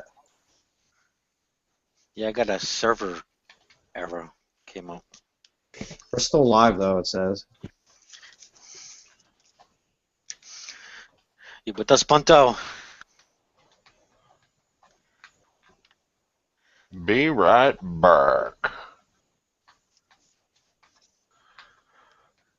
So I told that guy, Pyong, about the issue that I was talking about with the copywriting thing. Oh yeah, his face and likeness in the video. Yeah, and he flipped a nut on me, dude. He thought that you were like trying to promote some sort of lawyer scam, dude, and all this stuff. And I'm like, what are you talking about, bro? I was just relaying information to you. And he Yeah. flipped out. It was pretty funny.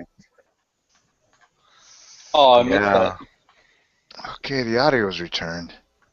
We had a server crash. Sorry, I mean, is this the Nadia Hangout?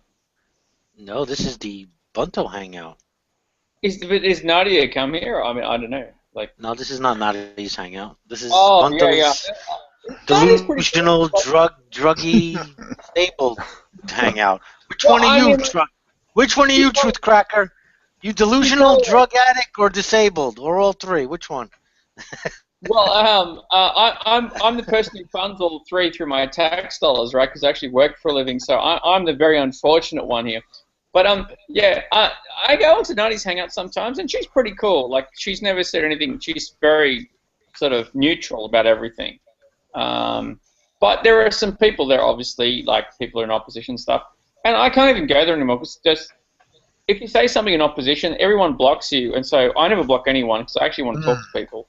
So you end up just not being able to get onto this kind of hangouts, so you just get resolved from discussion, and all the people who want to block people end up talking to each other, and the people who don't, I guess, talk to each other. So, you know what I mean? Like, I don't understand why people are afraid of other people's opinions. You know, it just doesn't make any sense to me, right?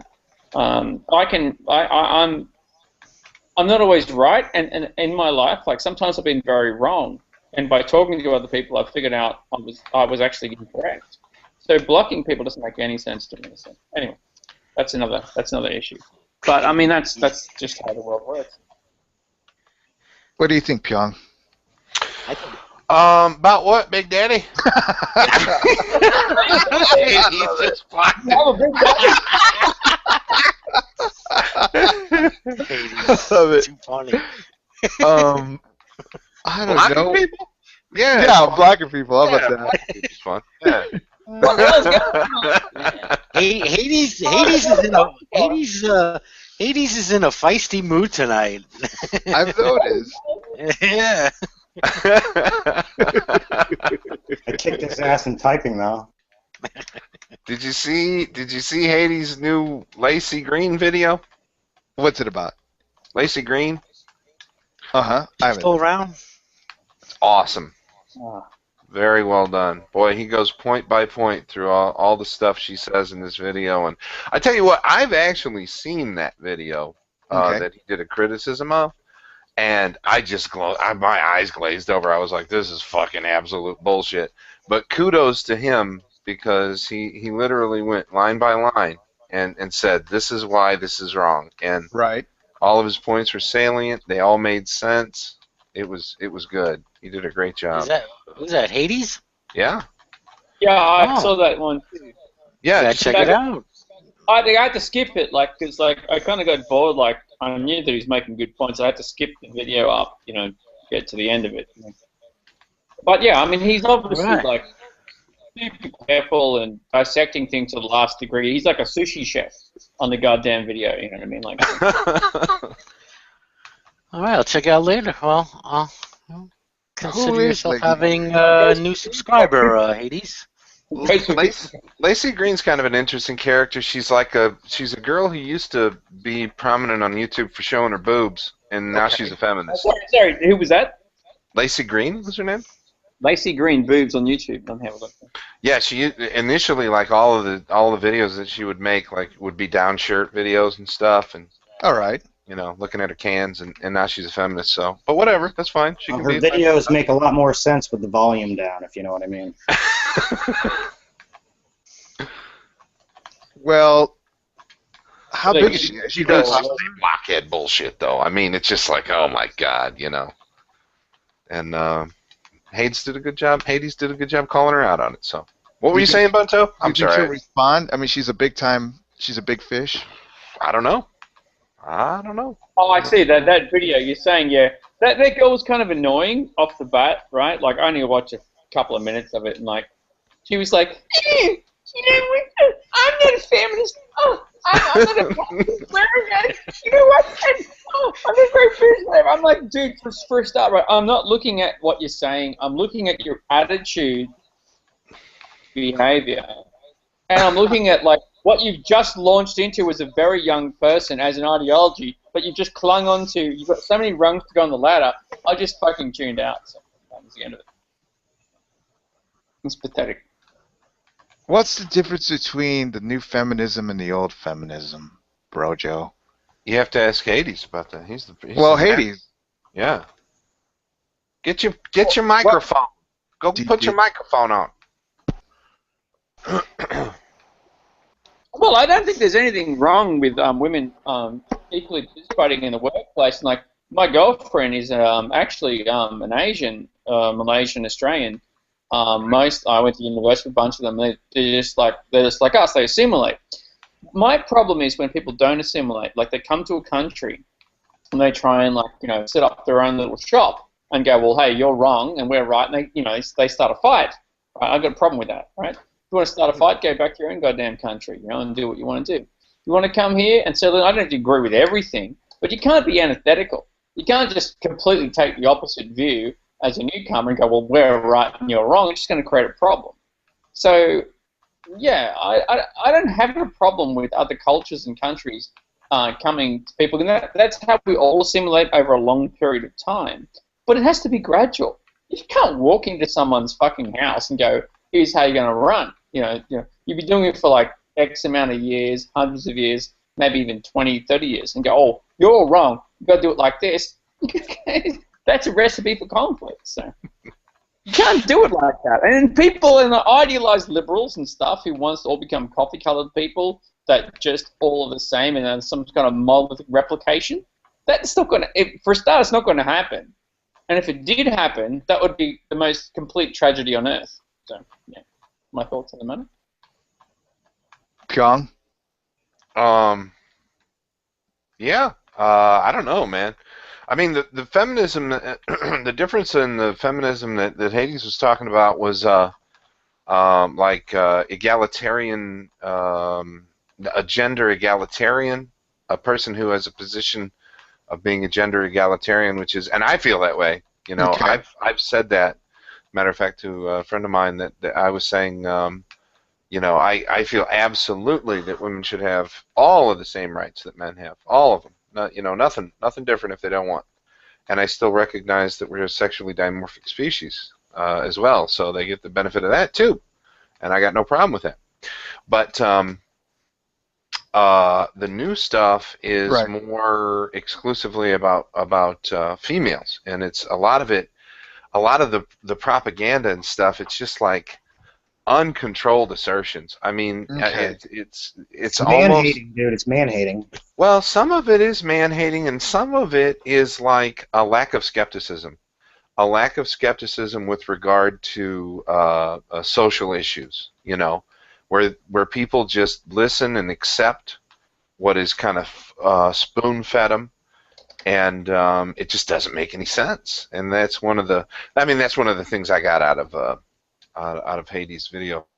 But I agree with it. I mean, she would just make these points that she had nothing to back up these assertions, and they weren't right, and it was just stuff that she was repeating, and so I can't even say that it's a position. It's not really Okay. It's not really a considered position. Do you think go it's ahead.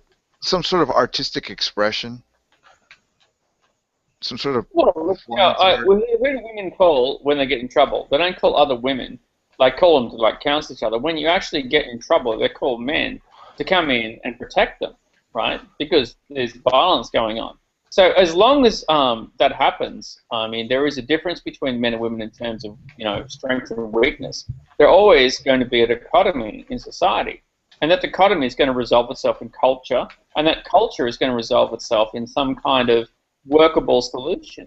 So this ridiculous idea that I think, here's what I think. I think there are people who are on the margins of society, like transgender people, feminists, lesbians, gay people, who I actually respect, in a way of they didn't make it up, right? That's how they feel.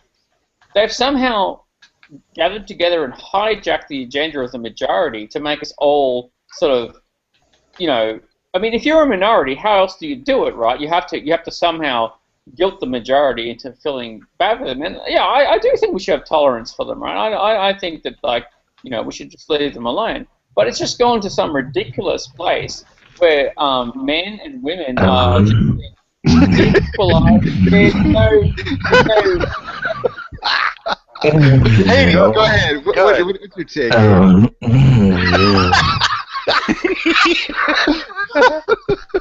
What?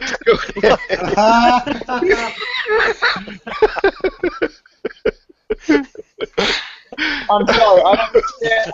That sounded terrific, dude. Did I say something wrong here, or? No, not at all. Not at all. The, Well, that's how I feel anyway. So Hades I'm came just in gonna- and having some fun. That's all. Fucking trolls, dude. Well, that's Okay. that's what I think. So. Anyway. Hades, are you there? Hades, please. What do you think? He already gave I'm his sure I opinion, dude. butchered everything that he put. Oh, fuck. Okay, lyrics, go for it. What do you think? I want to hear Haiti. He made a video on this shit, dude, so he should be the expert. Let's hear his moaning. Yeah. Groaning. Sorry, have I stumbled on a community of people who actually think like me, or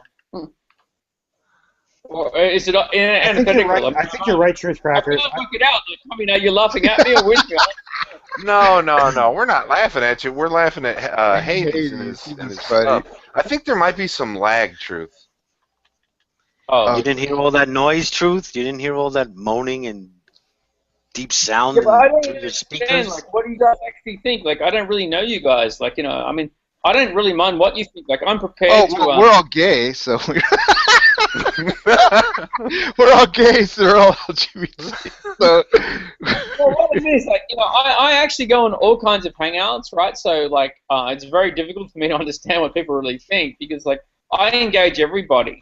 But, I mean, I tell them what I think, and, it's very hard to, I don't know. Well, to me, you strike me as somebody who's thought very deeply about this issue. Same with Pyong. I'm just kind of embarrassed at myself. It's I really don't know much about the new feminism. I should really start watching all these people. I just don't. I don't even know what that means, feminism. Well, what do you think about the big toe movement? What's that? Men going their own way. It's like a third wave feminism. Oh, yeah, the wigtail. Yeah, I've looked into that, yeah. I reckon that's good, but it's very nihilistic. At the end of it all, it's protecting yourself from danger, but it's not actually imbibing any meaning. I think that men and women actually do need to make connections with each other, to feel love and to, be sort of happy in some kind of trust relationship.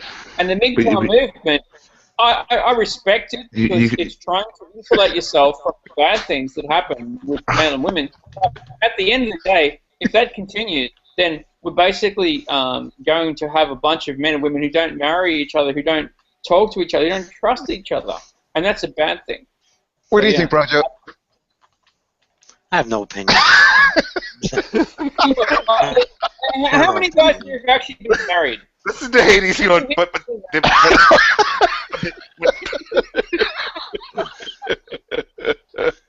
Oh shit! What did you say, Truth? How many of are married? The other two guys How are. many of you guys have been married here?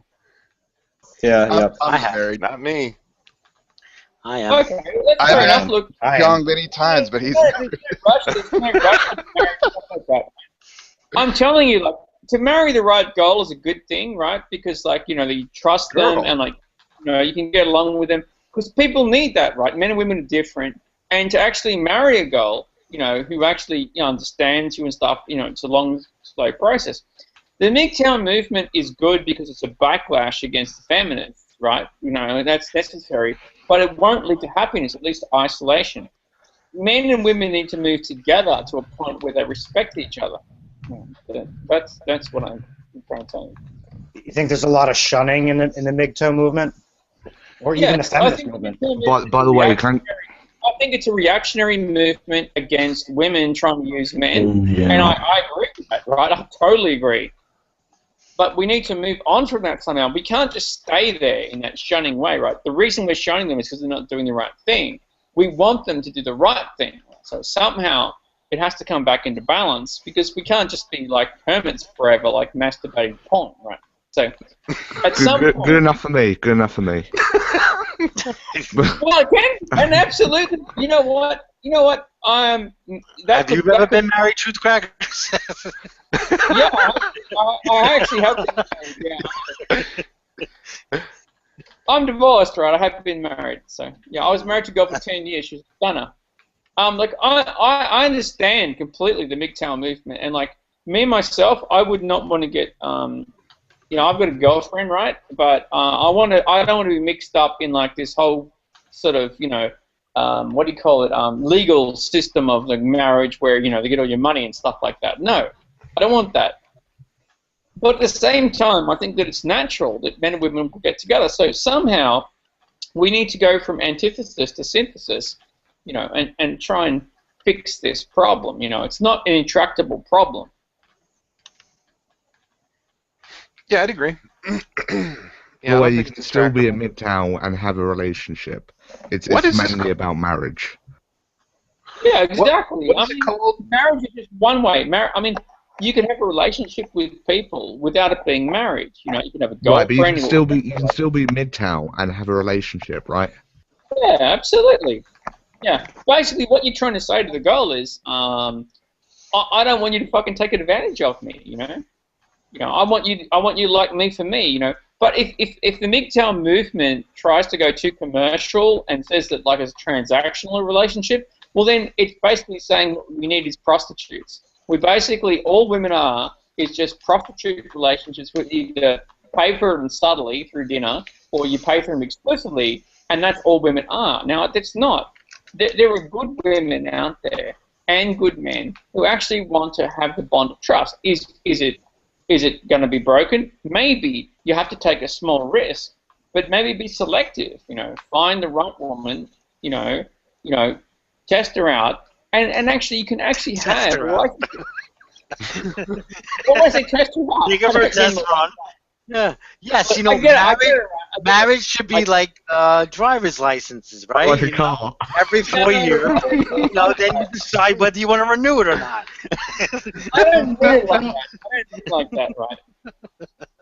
Life is a very short and long journey at the same time, and people go through different stages and ages and stuff like that.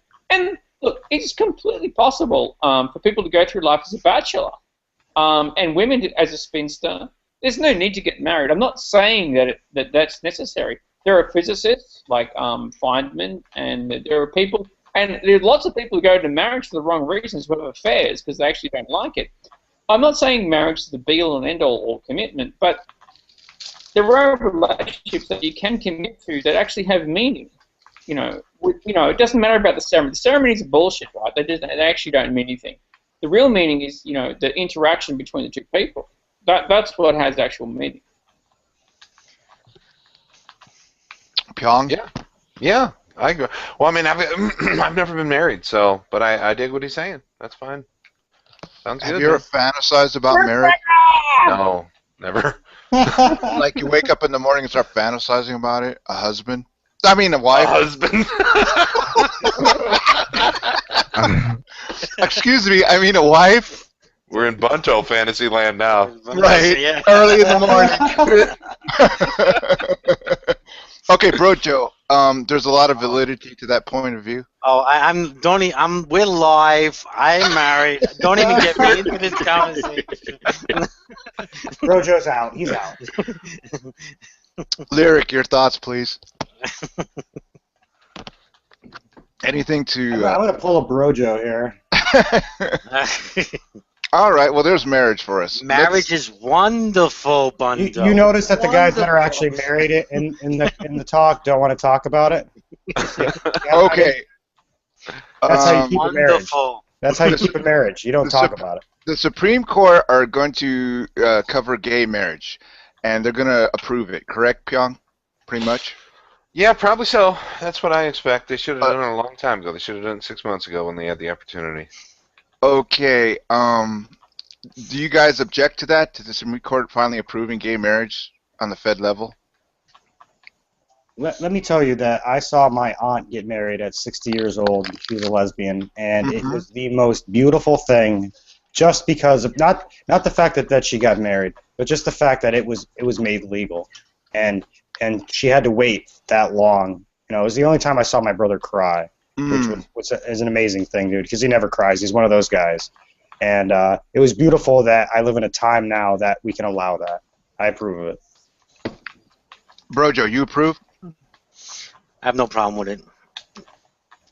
Now, I cried too, Daniel. Yes, I cried too. there's plenty of Christians in this country who object to that. Oh, well, of course. It's not right. If you look at the Christian scripture, it says that it's wrong. But for my opinion personally, it's not even a matter of whether I believe it's right or wrong, Bunto. It's just a matter that what people do in their own bedroom is their business. They want to make a commitment to one another. Who am I to say otherwise? So Yeah, totally agree. I actually totally agree with that. I think that the wonderful thing about marriage is the two people want to make a commitment to each other. They want to take responsibility for the health and well-being of each other. I think that's fantastic. Remarkably unimportant if they share the same gender to me. Okay. I think, somewhat reluctantly, I have to agree. Oh, okay. Cool. There's a huge portion of you that objects to same-sex marriages, correct, Truth? I kind of feel uncomfortable with it, but, like as I've gotten older, I've seen really good gay parents, go and look after children and stuff. So, yeah, I guess I've become more secular in that regard. Where I'm just looking for good parents and stuff. I don't think it's ideal. I don't think it's natural. I don't think it's based on nature. But okay, homosexuality isn't based on nature. I can still see how it's functional. Because there are lots of dysfunctional heterosexual relationships with children. So on the functional level, you can accept. I've become more open-minded. Yeah. Reds, are you there? Well, yeah, I'm here. Reds, any thoughts about gay marriage? Yeah, the government should basically make it legal in all 50 states. Come on, everyone, start accepting it. Right. To you, is it a matter of functionality or else? Functionality. What do you mean by that? Well, Truth said it on his level. The way he accepts it is because it's functional, not necessarily tasteful in his eyes. I accept it because it's none of my business what people do in their own bedroom. It's not a matter of subjectivity. It's totally their right, their equal right to get married. Yeah. I see absolutely no reason why they can't be beneficial members of society like any other married couple out there, or they can't raise kids like every other married couple out there. There is no way that two gay men can actually have a child. So it's a matter of procreation, huh? Adopt. I meant adoption. Adoption. Or let's say that a gay couple or has a child that is the biological child of one. They can't have a child, right? They can't have a child on their own. I have experience with this. Maybe they can with IVF and stuff and new techniques. Yeah, maybe they can. But I think I'm talking about adoption. An egg and a sperm. You know what I mean? Like you have to introduce a new gene. Like two people, it can't be their child. It has to be. No, it can be their child. Maybe not biologically, but it can still be their child. Otherwise, we would. Child or something like that. I'm not talking about biological. I'm talking about adoption. Oh, okay. All right, Truth. I gotta ask you, how much have you been drinking? A lot. Well, that explains it. Yeah, no one is denying that two dicks together don't make a baby. No one's denying that. Right. That's what I've been got tried for a long time, dude, without success. Yeah. Well, sorry. News to me. I didn't mean to state that. Sorry, that was kind of a obvious point. Yeah, it's kind of like redundancy because someone had to state the fucking obvious. Well, okay, look, what I'm trying to really say is the gay and the gay and lesbian, if we want to put it that sort of point, it does pose a sort of problem genetically because if they were born that way, where they want to have sex with each other, either men or women, that it provides a procreation problem in which only half of the child is going to be theirs, or if they actually want to have a child. So I suppose what I really wanted to highlight in this discussion was, how do people deal with that problem? And secondly, is it a problem? And also, how do you decide, right? If you have two women, right, who gets to do the egg and whose genetic material is actually, the child? He kind of makes an interesting point here. Can gays live to their own extinction in a sense if they're not able to procreate and carry that gene on? I'm not talking about it. Would there be an end of homosexuality? I'm not talking about gays their own extinction. I'm trying to say, right, that is not a thing. Like in a heterosexual relationship, right? They're both your own, genetic material, right? So they both feel like they're yours, right? I'm assuming, within a homosexual or a lesbian relationship, I don't know what the right word is, that it's half and half if you actually, have a child. So, who gets to be the half, and how does the other half deal with that? I mean, that's got to be an issue. How about this? How about we'll let them decide how to fix that, and it be none of our business? Well, no, that's not true. Guys, right? When guys get cheated on, right, and girls have babies, and guys find out that they're not really theirs, they don't want to support them, right? So it becomes an economic issue, and it becomes an emotional issue. Like they cheated on somebody, and it's another guy's person. Now, the issue with males on males and females on females is accentuated because you know ahead of time who it is that has genetic information. Now, maybe it's not a problem, and maybe it's a way of solving that. I'm saying, in my mind, if I was a guy and I was in love with a girl. You're not a guy. What? He said if he was a guy, and I was saying, well, just say I am a man and I'm in love with a girl. No. I want to hear this because it's incorrect on literally everything. I know. All right. Hi, Tommy. Hey, Tommy. Tommy. All right. Hello, Tommy.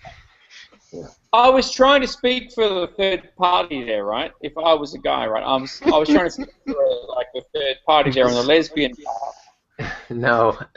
The thing is that look, when I have sex with a girl and I'm married to somebody, I know that it's going to be our child. Now the lesbian and the homosexual community, they don't have that benefit. It's got to be someone or the others. So I'm actually asking, how do you deal with that? Legally, that's how. Thank you, Reds. Yeah, legally, that's how. It's. Oh, legally, I mean emotionally. And again, let them figure that out. It's none of our business, and as far as I can see, it's not really bothering any of them this far. I'm not trying to say they can't figure it out. I'm asking people in the audience who are gay.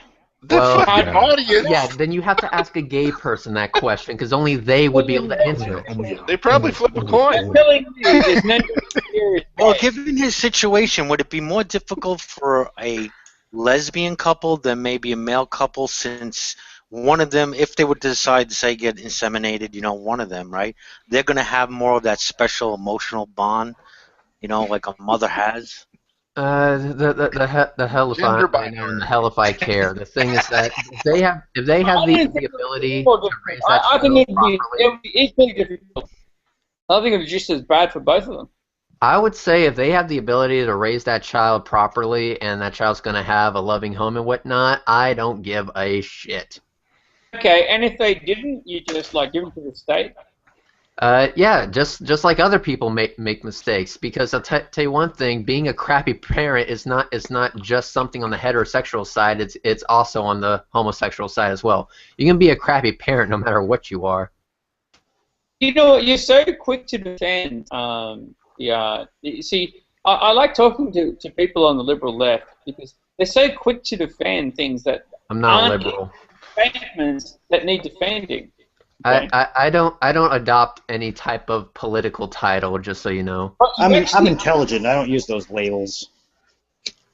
Oh, you might think you don't, but you actually do. No, I look at each individual circumstance as it comes along, and I use my logic to figure it out. I don't say I'm a liberal. I don't say I'm a conservative. I could give a flying fuck, dude. Yeah, I don't adopt labels. Anyone that does tends to have a ability or tends to do more than others. Other things, straw man. You know what? I got a label for you. Utterly unique. I love that label. That you're unique and that you don't have a political ideology is in itself a instrument of your own ignorance, because of course you do. The trick is to find out what you're infused with and why you believe what you do and try and break it down. The glib sort of response that you actually don't believe anything, which are all like, wow, I don't know what goes on me or whatever, that expands your own ignorance of what you actually believe in. No, not at all. Because it doesn't matter what side of the political fence you're on. I can find something to disagree with you with. There's a lot of shit I disagree with on both sides. You agree with me, not distract from the idea that you're actually an ideologue. Now, Socrates said that the actual knowledge of wisdom is the knowledge of ignorance, okay? And I actually subscribe to that point. As if I care what Socrates said. Well, you know what? You might want to, because he was probably the smartest person in Greece who actually... okay, do you know who Socrates is and who actually he espoused, like Plato?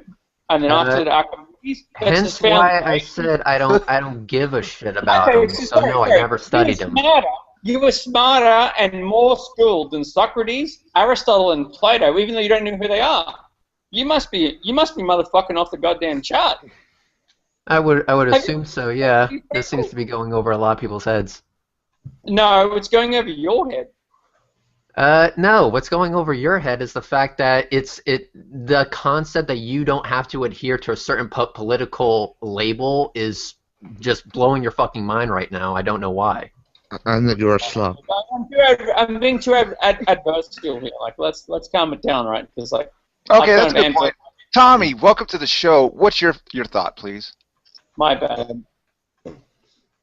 Me? Yeah, Tommy. Hey, Tommy. Sorry, bro. We're being so adversarial. Let's chill out. Okay.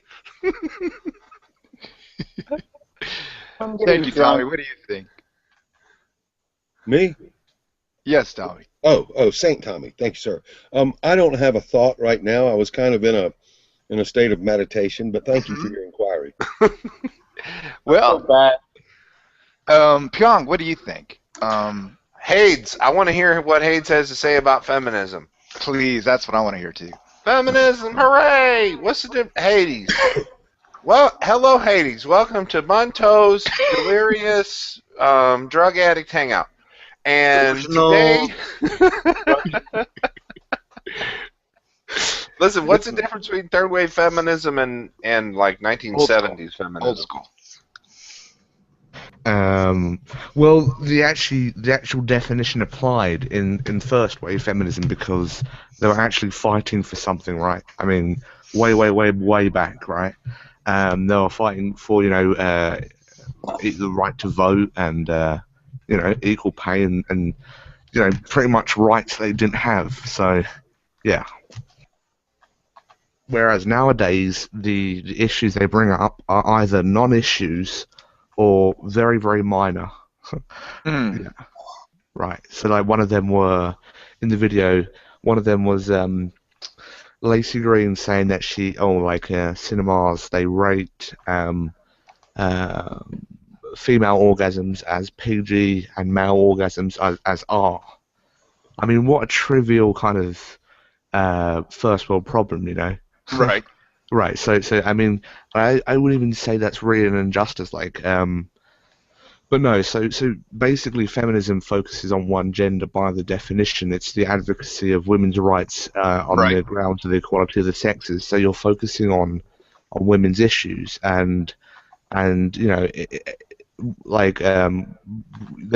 really have to provide evidence that women have it worse in society than men. I mean, you'll be hard pressed to find rights that men have that women don't have. Right. So I mean, I don't even really agree with men's rights activists or feminists. But to be honest, I think that if you're going to call yourself anything, I would call again labels, right?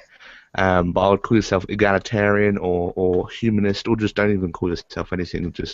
I think most people are for that, treating people equally, regardless of gender or sex or whatever, or race or Well, let me ask you this. Okay, in the new wave feminism, Hades, is it kind of like expression because of YouTube? Like they're just kind of expressing themselves in an artistic way?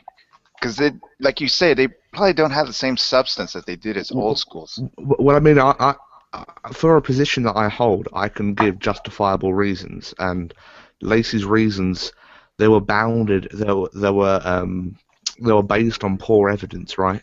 Right. They were based on statistics that, when you actually looked into them, they were they weren't. That she was misrepresenting the statistics. So, for instance, there was a statistics that said that men earn. Have you heard of this one? Men earn 23. What's it more? Yeah, 23% more. That's right. And so at face value, let me try and actually look up the exact quote. But no, Lacey Green said men earn 23% more than a woman in the exact same job. Now, to most people, right, that sounds crazy, like for the exact same job. And I've actually been more skeptical of taking sort of people just quoting percentages and statistics at face value, because people will just say 1 in 4 this, 1 in 20 to 5 this, And so when I actually looked into it, it wasn't the exact same job. It was the average amount of earnings that men made and the average amount of earnings that women made. Oh, I see. So they played with it. Well, let me ask you this, just off the top of the head, Hades. If she's doing feminism wrong, could you do it right? I mean, if you... Well, there are actually people that do it right, and there's a woman called Christina Hoffman, and she's called the factual feminist, and she debunks most of these things that are brought up, like 1 in 4 women are raped, or the gender, or the pay gap, as they like to call it. I mean, and you have to understand that your taxes in America are going towards these supposed problems when they aren't even problems. Like recently, Barack Obama quoted this study of 1 in 4 women are raped. I mean, are you being serious? 25% of women in America are raped. Like, are you joking? Truly, our society would fall apart if we had something like that. So I mean, realistically, I know it's not like a surprise that your government is doing shitty with doing bullshit stuff with your money.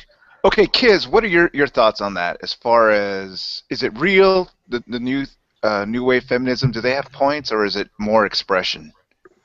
Well, I mean, I don't know the context of everything that's been talked about in the past, but I know that there are some things that some of the modern feminists say that it's not very many things, but there are a few things they say that holds true. Like I do think, for instance, that there is a toxic type of masculinity that is taught to boys that they have to come to, otherwise they're not really men. You know, there are some. And then when people try to come to those and then they can't meet those standards, then they really get down on themselves and things like that. So I mean, there are some things that are you know. I also think that we should be trying to reduce gender roles, or at least make it so. I mean, there's nothing wrong with necessarily having roles, but maybe we've exaggerated them, right? It's attaching those roles to a particular gender. It shouldn't necessarily be attached to a particular gender. So I was going to say, like, quite a lot of these gender roles are actually based on the differences between males and females, but I do think that as a society we have exaggerated them really, really badly, and you know, it's even debatable whether they're a good thing or a bad thing. But one thing I know for sure is they affect both men and women. You know, so this isn't just females being put into one type of box or whatever. You know, so yeah. So basically, I would still say that's not. I completely agree with you, but in terms of feminism, I think that is. You know, there are some feminists that bring up really good issues, right? But they aren't issues that really, to me anyway, justify being a feminist. More justify being a humanist or an egalitarian or just specifically a gender egalitarian, which I'm guessing, of course, is talking about gender in regards to egalitarianism. But yeah, so that's just one. Reds, are you there? What do you think? Is it overblown? New feminism, I would say 99.9% of the time they're full of it. Overwrought. It's overwrought. Yep, I would say yeah. That's pretty much it, and that can be substantiated. But why repeat what has already been said on literally every single YouTube video about Anita Sarkeesian? I'm not going to go into it. Okay, what do you mean, Red? What do you mean? Kind of like this idea of egalitarianism, we're all equal, right? Here's my problem with it, right? They're actually asking the people who are above them to make them equal. So the idea of egalitarianism, there's people who are smarter and better, and there's people who are lower. So how do the people who are sort of so-called lower get together and ask the people who are so-called better to make them better? How can they actually achieve that? Like, I mean, to me, that doesn't make any sense. I think what they really do is they take that idea and that they're trying to make the lower people better, but at the same time, it's like a con. Like, how can the people who are down at the bottom convince the people up top, you know, to fool them, right? Because they're down at the bottom. Okay, that's an interesting hypothesis. Can I quickly just respond? So the definition is believing in or based on the principle that all people are fundamentally equal and deserve equal rights and opportunities. So it's not saying everyone is exactly equal, right? Same intellect, same ability to do certain things, right? It's saying basically at the end of the day we're all pretty much human, and regardless of sort of race or religion or belief or you know, gender or sexuality or whatever, we're all fundamentally equal and we deserve the same rights and opportunities, pretty much. So yeah, that's I wouldn't even call myself that, but yeah, that's just a simplistic view of it. The thing is that when they take a look at statistics and they say, oh, look at this, there's sexism here, sexism here, they seem to forget the fact that men and women are two different genders. It exists, it's out there, and people need to get the hell over it. And that does have consequences. Consequences being there's some things that are tailored more towards men, there's some things they're tailored more towards women. That even includes the jobs. How come I don't see women auto mechanics? It's not that they're incapable of doing the work. It's just that it's just a brute fact that most women don't want to be auto mechanics. Well, feminists will say that's because of the patriarchy. Yeah, and I say that's BS, because if I ask a lot of women, and I would say just the ones in my area, would you like to learn? And I'm more than willing to teach. Most of them are like, no, oil. Right. I mean, we can observe this, and that's kind of explains the wage gap somewhat. I mean, when we look at types of degrees, we look at the top 10 most lucrative degrees. And if we look at the top 10, Thank you. If we look at the top 10 most lucrative degrees, what we'll see is they're predominantly men that are getting those degrees. And when we see like childcare and media and sort of family studies, we see women in those areas. So that even just shows you. I mean, we see like Red was talking about like mechanics and STEM and those types of degrees. You see majority men, and that's the same for jobs as well. Yeah, it's like just because we're going to we're going to open up the same opportunities that we give to men to women, and the same opportunities we give to women also to men. That doesn't stop the fact that men are going to just want to do some things, women are going to want to do other things. It's not going to be an even 50-50 split just because you say that, oh, it's open season. It's just not going to happen that way. Okay, let's go ahead and go around the room real quick. Kiz, what do you think?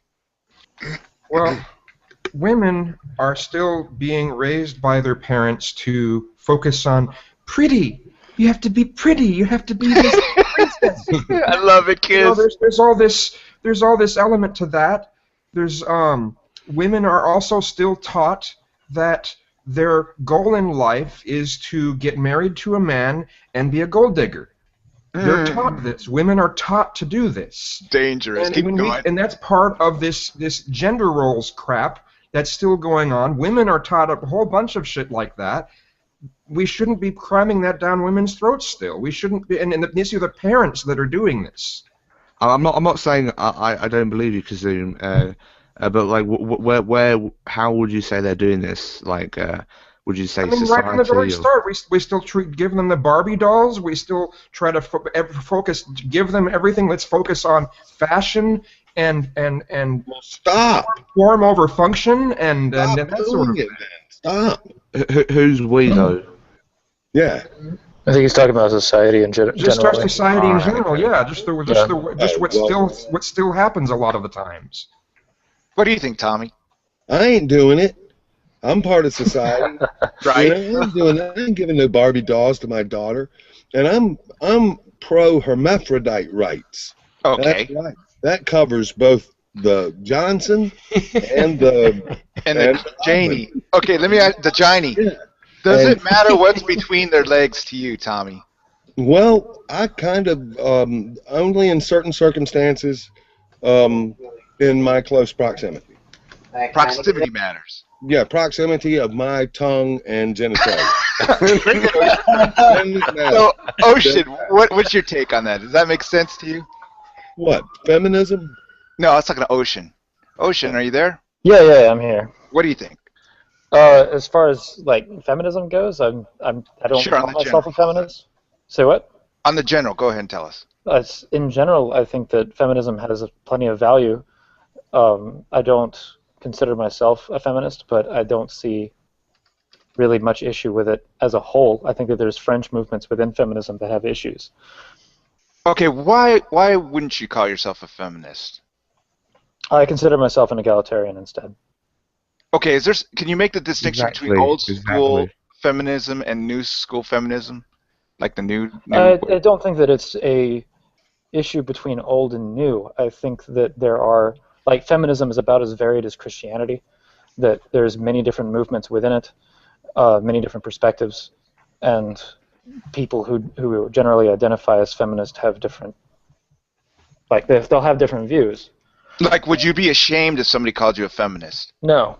Ocean, would you agree on one thing, that even though it has like tons and tons of subsets or different types of groups inside of feminism, would you agree on one thing, that they are sort of women-centered, or would you agree with that? Some aren't. What I mean by the definition. No, not by definition. No, like, because if you go strict definition basis, it's supposed to be, it's equality. Well, how about this? As the same definition as egalitarianism, I just think that egalitarianism is a better word for the same thing. No, because what definition are you going by then? Because most definitions. Advocation for equal rights.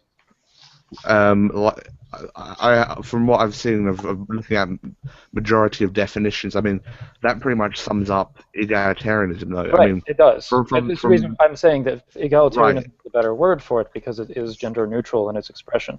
This is why labels are confusing. No, but feminism is the advocacy of women's rights on the grounds of the equality of the sexes, and you pretty much have to take this sort of position or presupposition that women have it worse, or that is that not accurate? And also, I would say that if you were looking at, hold on, wait. Well, no, you interrupted me though. I was still talking. I wasn't done. But fair enough. Go on. All right. Well, I would say that that's not necessarily a bad presupposition, but I would also say that feminism has that different movements of feminism have had a focus on men's rights. Maybe not as much as the men's rights movement, but it is there. I know, but I never said about it being a bad presupposition. I'm just saying you'd have to take that presupposition. That's quite a hard thing to sort of stand by, that presupposition that women have it worse in society than men, or there's more injustices to women, or more injustices that affect women as opposed to men. That's quite a burden that you have there to sort of prove that, or. I don't think that it's necessary. I mean, it's pretty easy to not necessarily prove, but notice. Let's. Okay. Well, let me ask you this. Would you give some examples, like? Well, I would say that there's women's issues as far as advocacy. Specifically, like, there are much more issues that pertain to women as far as gaining equality than there are for men, and say what? Hence feminism. Yeah, hence feminism. So. My roommate is like walking around the room. He more or less agrees with me on that. Well, okay, guys. Well, let me go ahead and do a quick shot to Kiz, and then I want to ask a question. Go ahead, Kiz. Well, I mean, there is an aspect to the way women are looked at in this society. I mean, when you think of how people will make fun of others, then one of the biggest ways someone will make fun of a guy is to refer to them as a woman. Yes. There's this element where there's still some leftovers in our society that looks down on women, that looks at women as less than men. And that, I don't know, there's this element when you talked about how hard women have it, when they have that element always there in the background where they're looked at to some degree as less than men, that makes it harder for them in general. Okay. Well, let me ask you this, guys. We could all be feminists, right? Everybody in here, all the males in this room, if it were not for the male hatred of the new feminism, that they are antagonistic towards males. What do you think? I wouldn't be a feminist even if they weren't an antagonist towards males. Really? Yeah, because sorry, Ocean said. No, what I don't agree with Ocean is I think there are both injustices and problems that affect men as well as women, and I would say I wouldn't say it's equal, but I don't think you can sort of say that one has it worse than the other. I mean, there's definitely more. I mean, I can list some stuff if you like. I mean, a big thing is, like, for instance, circumcision. I mean, that's something that's quite basic. You'd think that men or males should have the right to choose, or women are complaining about people trying to regulate their body, whereas we pretty much have regulated men's bodies in that case, in that regard, as well as drafting and stuff like that. Does that sound good to you, Tommy? Makes sense? No, absolutely not. I would negate everything he said and replace it with this, that it is wise to avoid, for guys, to avoid feminism and avoid feminism groups. If you want to keep your testicles, even if your testicles are large. I'm not a feminist, though, Tommy. That's what he's saying. All right. Well, I can only speak for myself, and I was just kidding about negating what you said. All right. Pyong, do you see it as overwrought, or do you see it as justified, the feminist position of the new wave feminists? Overwrought. I'm not sure what you mean by that. Well, like I was intimating that it was like sort of like a performance art piece, the new feminism that we. Yeah. The reason I have disagreements with it, I don't have, like I think Anita Sarkeesian's kind of cute, by the way. I just wanted to put that out there. I like the way she looks. Is it beauty or her alpha that is attractive to you? Oh no, I think she's hot, dude. Okay. I think she's good looking. I dig on her. Don't ask for coffee in an elevator. Yeah. Hey, you want to get some coffee? Anyway, no, but the thing I don't like about it, and what soured me on it totally, was like I was talking about before. They make some points, and they overstate their position, and they don't back it up. They they make these ridiculous assertions, and they don't back it up with any evidence. That doesn't fly with me. I'm not going to just follow you blindly, because you got those massive hoop earrings and that delicious lipstick, and the screaming, the redhead who's screaming. But let me say this: couldn't we all be feminists if it wasn't for the man hate? It's not the man hate. It's the establishing these positions that don't have any basis. That's what I detest. Right. Okay. And what you were talking about before about it, I think frankly it's been destructive, because I used to happily say if like in the 90s, if somebody would ask me, "Are you a feminist?" I mean, I have a lot of women in my life, and I want them to be treated equally, the same way I am. And I would have immediately said yes, immediately. And now, fuck no, that word's toxic. No, I wouldn't touch it, man. Isn't that sad? It is sad, but it's not my fault. Can I quickly say, from what I've heard so far, I haven't heard anyone say an injustice to women so far. And I'm not saying there aren't any. I'm definitely not making that claim. From what I've heard so far is, we tell women to do this, or we tell girls to do this, or society tells people to do this, without any kind of evidence, or it's just saying society does that. And to me, I like to sort of base my stances on things on evidence, and so studies and statistics would be nice for that. But yeah, I mean, again, there's injustices to both males and females. So I don't really know why you'd need to be a feminist. More, you can just call yourself a humanist or egalitarian, or Okay, we're going away from the gender binary as a whole in our society, correct? We want to let women expand into roles that are traditionally men, and men actually can go into roles that are traditionally women. Would you all agree with that? That we're trying to get rid of the gender binary in our modern society? Not really. I mean, we're a sexually dimorphic species. That will never change. Okay. Is that what you're talking about? It's not going to happen. I think it's already open to that. It's just I was that talking, unisex bathrooms, women in combat, men suckling babies. That's what I'm talking about, getting rid of the gender binary. Suckling babies. Oh, yeah. All right. Are you talking like Meet the Fockers suckling kind of? I guess. But I'm talking, we're trying to get away from the gender binary in our society. I'm not sure what gender binary. I'm not sure what you mean by that. You mean like man-woman identification? Yes. Identifying as a man or a woman? Yes. No, I don't think so. Okay. I would not like that society. Oh, you wouldn't? Absolutely not. Okay, you wouldn't agree to unisex bathrooms and women in combat. Well, I mean, I don't care about a unisex bathroom. Whenever I go to Starbucks, and they don't have the little sign on the door, there's only one can in the place. Right. It's a unisex bathroom, right? Right, but how about like at a stadium, like at a football game, unisex bathroom? I don't care. I mean, frankly, I don't care. The But sticky the women in floor is a combat, sticky though, floor, I think you know? that could be profit. Go ahead. But we have to understand that you know, actually, don't worry. The women in combat thing, I'm less inclined to go with that, and the only reason is because it's. I had this situation where when I used to work at a steel mill called U.S. Steel, and at one point I was a maintenance manager there, and I had a maintenance crew. Okay.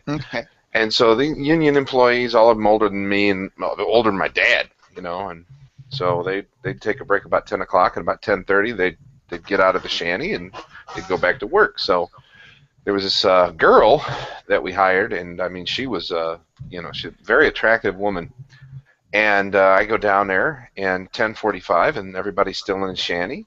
I go in the shanty, and they were like, they had two guys gotten in an argument, and it was this woman that did it. I mean, I hate to say it, but it was just the fact that she was there, you know. And so it was an example of diversity that was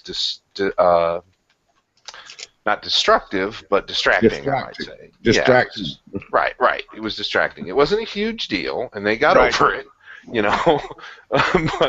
But it was like, I would prefer, I think, if particularly in like combat or something, if that wasn't the case.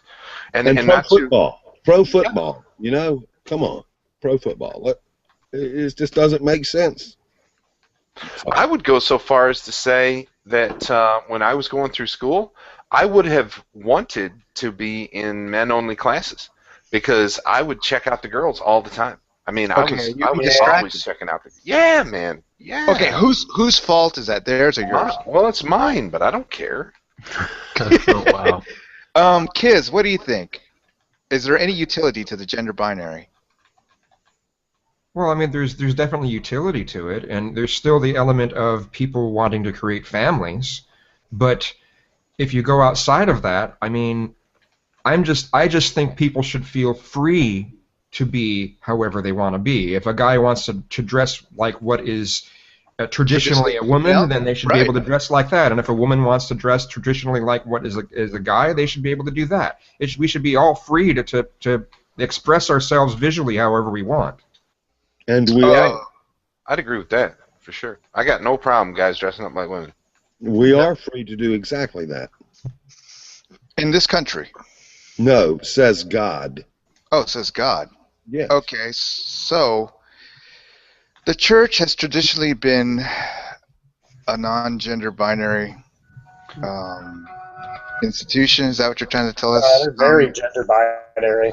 I agree. Yeah, religion doesn't really do a lot of favors for women. The law, the holy law of God, prohibits cross-dressing, but the law is fulfilled, and all things are permissible, but not all things are good for the building up of the called.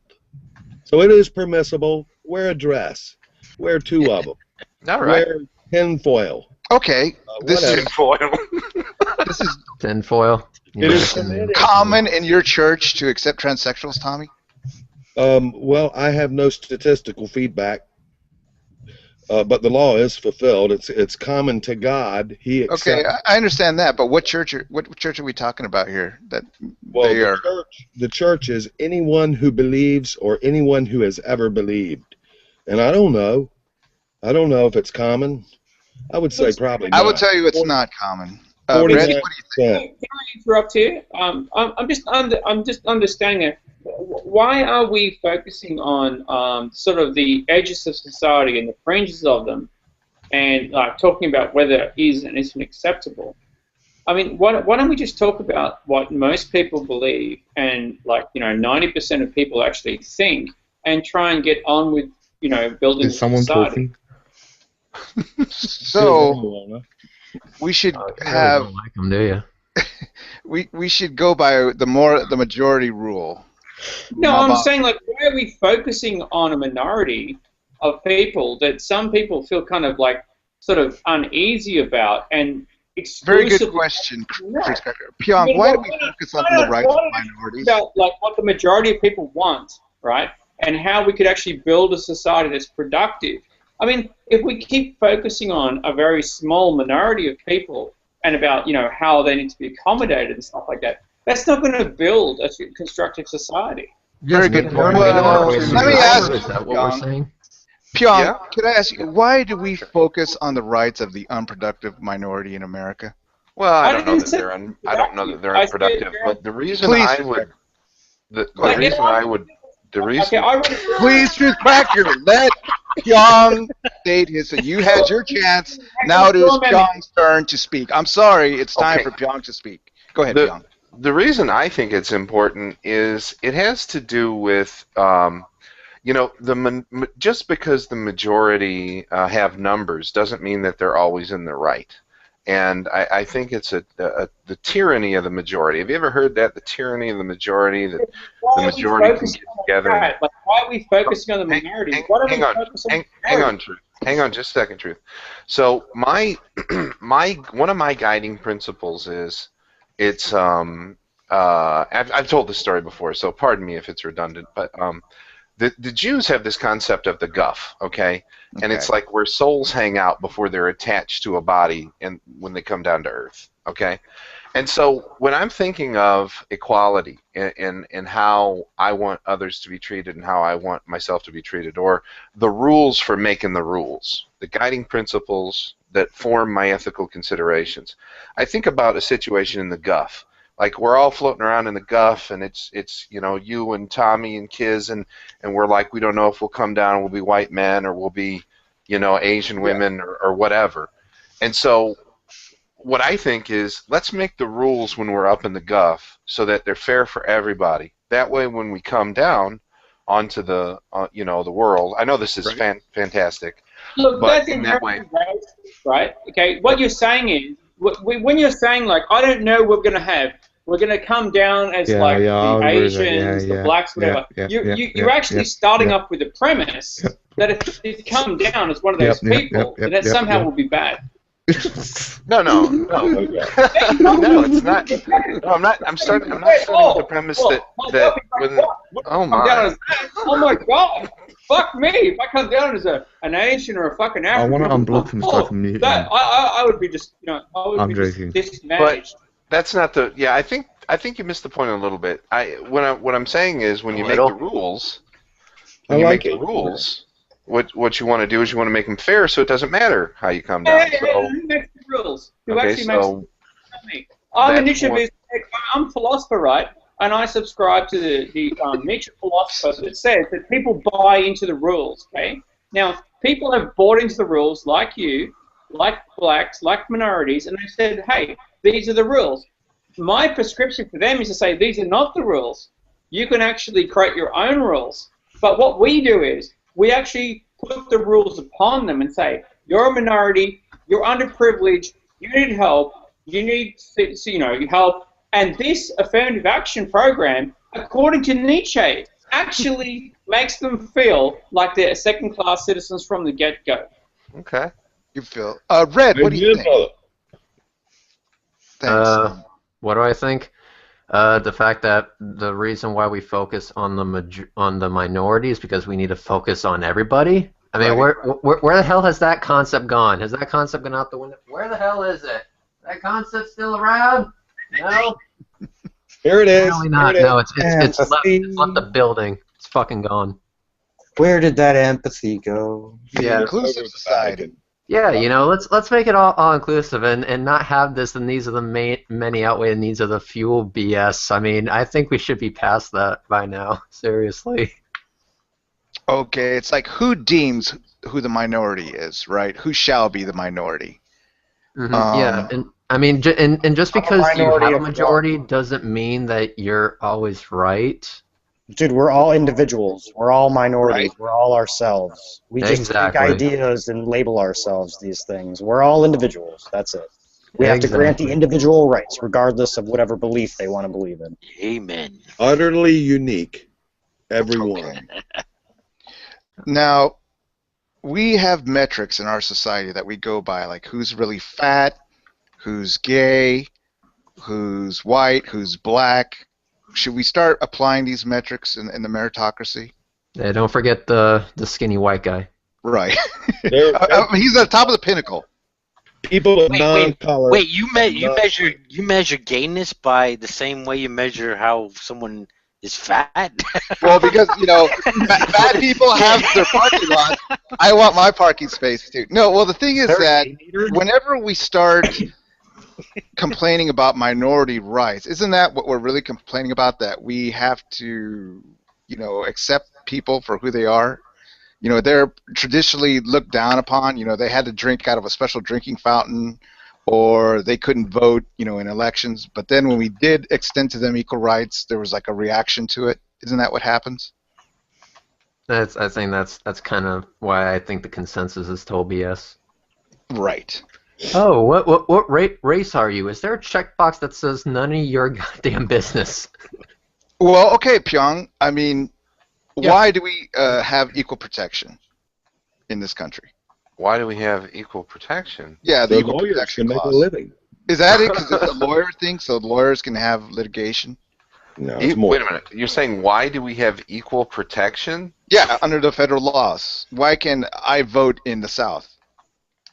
Why can you vote in the South? Right. I'm That not one sure time I I could understand the not. question. At one time, I could not vote in the South. They would have Jim Crow laws where I couldn't vote.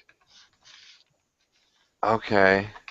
Well, yeah. I mean, all that stuff is stuff that should have been corrected. It's called equal rights. Well, yeah, but equal protection.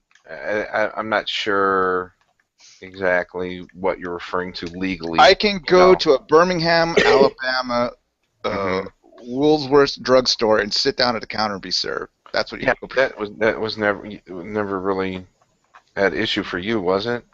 Well, I mean, I'm not sure. I'm sure they probably wouldn't have served me because I'm a Native American. I think, it would have been an issue. Okay. But All it's right, never been an issue. When you're saying that why do we have equal protection? Yeah, why do we have the civil interpretation rights? of the Constitution? Right. Is that what you're looking for? Yeah, why do we have civil rights? The Civil Rights Act. An attempt at justice for all. I mean, that's not a hard one. Yeah.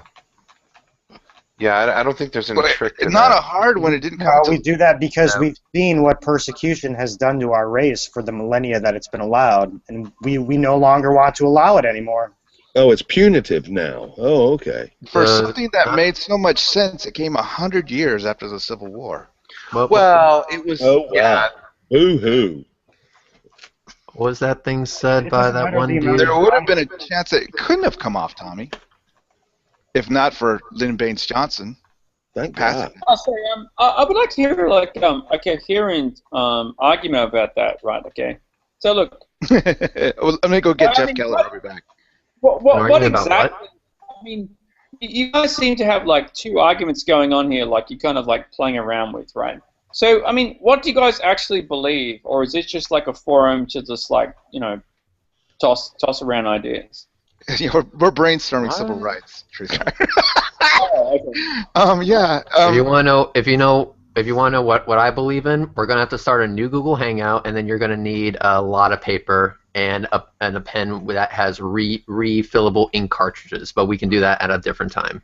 It is a new Google Hangout. Headshot. All right. Okay. I believe that civil rights was an important legislation, the most pivotal legislation of the 20th century.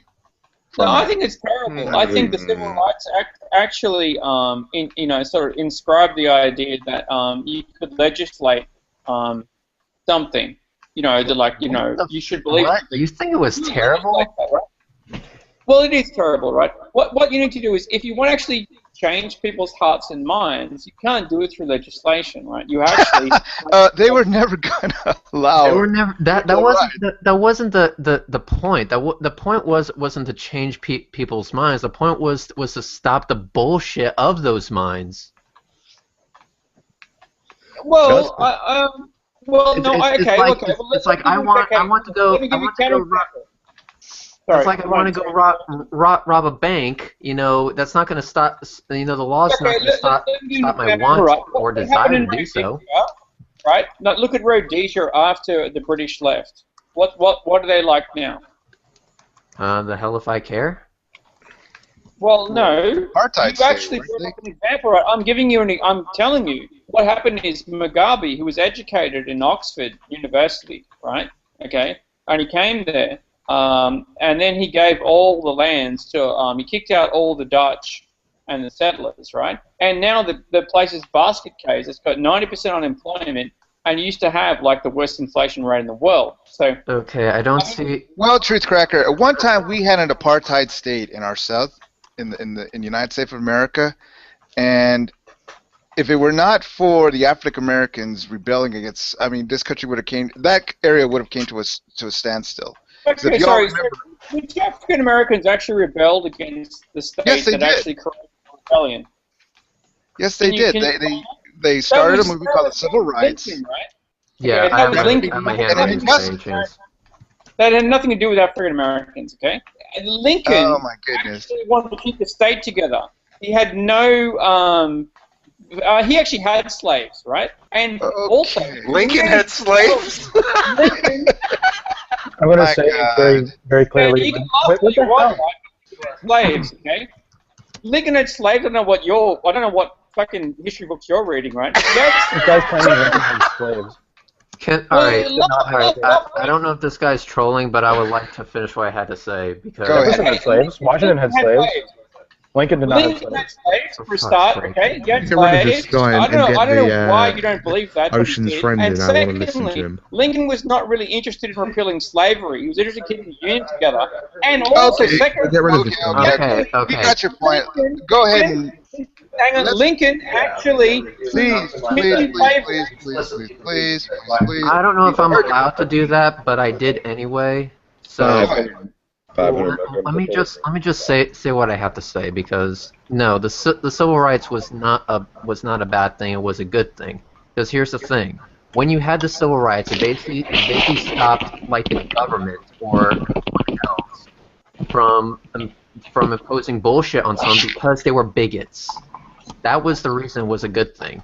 And so when you had bigots that did these horrible things to the minorities out there, they got away with it.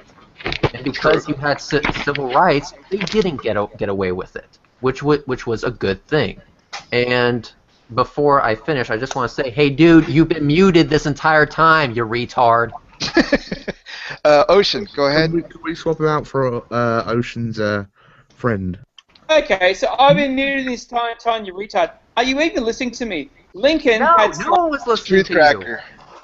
We've had just about enough. Till next time, take care. How do we do this? I've never done this. You Hide from broken? hide me controls. I'll do it for you. Well, okay, go ahead. How do I do it?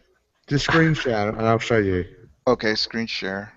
You hit the little arrow thing that's on their box. Yeah, hit the arrow thing and then press I'm going to let you know when to actually hit it. Okay, so then hide from broadcast or what? No. Eject. Remove. No, you should go ahead and remove him. Eject? Yeah, Yes. eject. Okay. He CNR. suspended all civil rights. Okay, when the whole thing. Yeah. Go now. There we go. Okay. No! That's the first time I've ever done that. Thank you for breaking my cherry, guys. Virginized. Real dirty. Okay. Virgin on kicking. Somebody else jump in and take over because my brain is befuddled. Okay, well, Pyong, civil rights was bad, right? No, I never said that civil rights was bad. I question whether or not it's the most important piece of legislation in the 20th century. What do you offer? I mean, what do you mean, what do I offer? Well, what is the most important piece of American litigation? I don't know, dude. I'd have to think about that one. That's why I say I don't think it's necessarily a bad thing by any stretch of the imagination. It was a rectification of a problem, for sure. And I think it was largely addressed in the right way, you know, with peaceful protests and peaceful resistance, and I like that. And I think I could personally learn a lot from like Martin Luther King and some of the stuff that he did. But I think it was so shocking that Abraham Lincoln had slaves. Martin Luther King had slaves too. He's been removed from the room. Let's not bring that crap back up. Okay, let's forget that nightmare. Okay. Too much face palm, dude. Okay, Jared, are you there? Welcome to the show. Hi. No, I was on mute for a second. Hello. Okay, Jared. What's your take, please? I just got here, so I was wanting to listen for a moment. So what do you think is the most important piece of American legislation of the 20th century? Oh, Jesus. Jesus? I think is well, the most pivotal. I say civil rights. Mm-hmm. The Patriot Act. I would that was the 21st century. Are you just saying the most important? Checked his ass. I think the most important was Dodd-Frank. The Patriot Act. That's a new one. I've never heard anybody mention that one. I'll give Patriot Act 21st century, but 20th century. Civil rights is the only one that. I mean, civil rights is not a legislation. It would be. Yeah, but you know what I mean. Several legislations, like I would count the women's right to vote and. Yeah, suffrage. Suffrage would be civil rights. Anything that's civil rights related would be. Like if you came out with something like so you're really talking about a body of legislation rather than something specific. If you came out with something like the repeal of prohibition, you'd be like, that's kind of lame. I mean, you got to come up with something better. Suffrage. Repeal of prohibition is pretty good, actually. I might be okay with that one, though. Like, there's a lot of good things that happen in the 20th century. There's a lot of really shitty things that happen. So I don't know. Okay, the repeal of Glass-Steagall. That's what you're going to go with, right, Pyong? No, that was bad. That was pivotal. Turned out to be bad. It was a pivotal. Okay, I thought you're talking about the most important piece of legislation. I really don't know. I would have to think about that. Also, Patriot Act would be 21st century. Yeah, 21st century. I think that's what he already said. I still think when they I would never say the Patriot Act because I don't think the Patriot. I mean, I respect Tommy's opinion and everything for sure, but Civil Rights Act of 1964. That's the most important. Federal Reserve Act 1913, removing the gold standard. Those were two very pivotal. Yeah, that's pretty big. Cart versus Wade. I'll have to think about that one. History. I hate it. Yeah. Roe versus Wade. Was Roe versus Wade pivotal? No. No? It was pivotal. Okay, wait a second. Tommy, you don't think that legislation was pivotal? No. Yes. No. It wasn't legislation. I love it. That is the perfect theist answer. Yeah, no. Yeah. Well, the whole New Deal package. Hold on, let me call God. Yes, no. Wipe your hand off first, Tommy. Okay, yes, the New Deal was pivotal legislation. Kiz, what do you think? The most important was civil rights, correct? Well, I mean, I was just bringing something. It's really hard to pin it on one thing. I mean, there are so many. It's hard to pin it on one thing. There's so many things that have happened that have been pivotal. It's like asking someone what their favorite song is. The most important century in America was the 20th century. That's when we achieved the superpower status. I don't know about that. I'm tempted to. I don't know. Maybe. I would say civil rights, and the favorite song is "Die Motherfucker Die" by Dope. Yeah. Justin Bieber. What's that thing in Cambodia by the Jello Biafra? I forgot his Dead Kennedys. I Need Somebody to Love by Justin Bieber. All right. The 20th century was the most important because we achieved superpower status. We rescued Europe twice in 2 world wars. That was our greatest hour, and echoing the words of Winston Churchill, the 20th century for America. We are now in our downward spiral. Do you not agree, Pyong? Yeah, unfortunately, I think we're not set up right anymore. The 21st century is going to be the Chinese century, right? I don't know. America can plateau for another 30 years at least, 40 years. What a bunch of pessimism. No, we're just I like talking playing the this truth. game. I like playing this game. Go to a Walmart and try to find something that isn't made in China. Good luck. There you go. Well, that's yeah. Or made overseas. How about that? Well, I mean, there's probably going to be some sort of globalization, but to claim that China is going to be the one behind it is, I mean, I have a feeling that in 100 years it'll probably be some sort of primarily a one world government of some sort. But that doesn't mean that, or maybe 200 years, but it doesn't mean that China is going to be the center of it. Well, there's also Taiwan in there as well, I guess. Jerusalem, baby. Jerusalem. That's right. Hey, some people work nights, so it's this guy. So I will talk to all y'all later. Take care, Reds. Thanks Or for coming. never. Bye-bye. Who knows? I might die on the way over there. We don't know.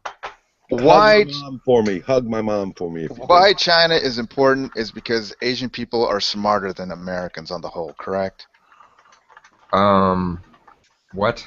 Isn't there like I've read some statistics somewhere about the IQ of races and whatnot that Asians Right. were around 160. No, don't quote me on this because I'm not going to like just say that this is fact, but I read that average Asian was around 114, American was like 102. I can't remember what was next. Shalom. It had all the different races and stuff, but I do agree with you that I believe that on the whole, Asian people are smarter. Dude, Yeah. most of the Asian people that I know are freaking geniuses, dude. They really are. Well, that's that. I think there are some things you have to sort of factor into it, like just sort of the society that they are in and other stuff. But I would agree there are differences. Yeah. Okay, so we're going for society over genetics. They're not North genetic. Korean. I'm saying they both play into it. I'm saying they both play into it. It's not just it's not just like it's not just exclusively one thing. It's a mixture of both. Is it fair to say that probably the majority of students at our higher colleges are Asian? No. At our higher colleges here in America? In America, no. No. It's a mixture. I think with that as well. I mean, even like I'm not arguing for this, but I'm just arguing this for the sake of arguing this. Even if you look at it from a cultural standpoint, they have a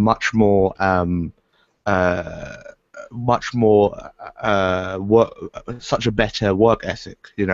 Encouraging their kids to work and stuff. Do your homework. You're not going to leave the room until you do your homework, and so that could play into it a lot. The actual kind of cultural kind of upbringing, whereas parents in America probably aren't as that kind of dedicated or that sort of yeah. I don't know. Personally, I think that probably factors into it as well. Is it because they can afford to go to colleges in America, while the average Joe on the streets can't afford it?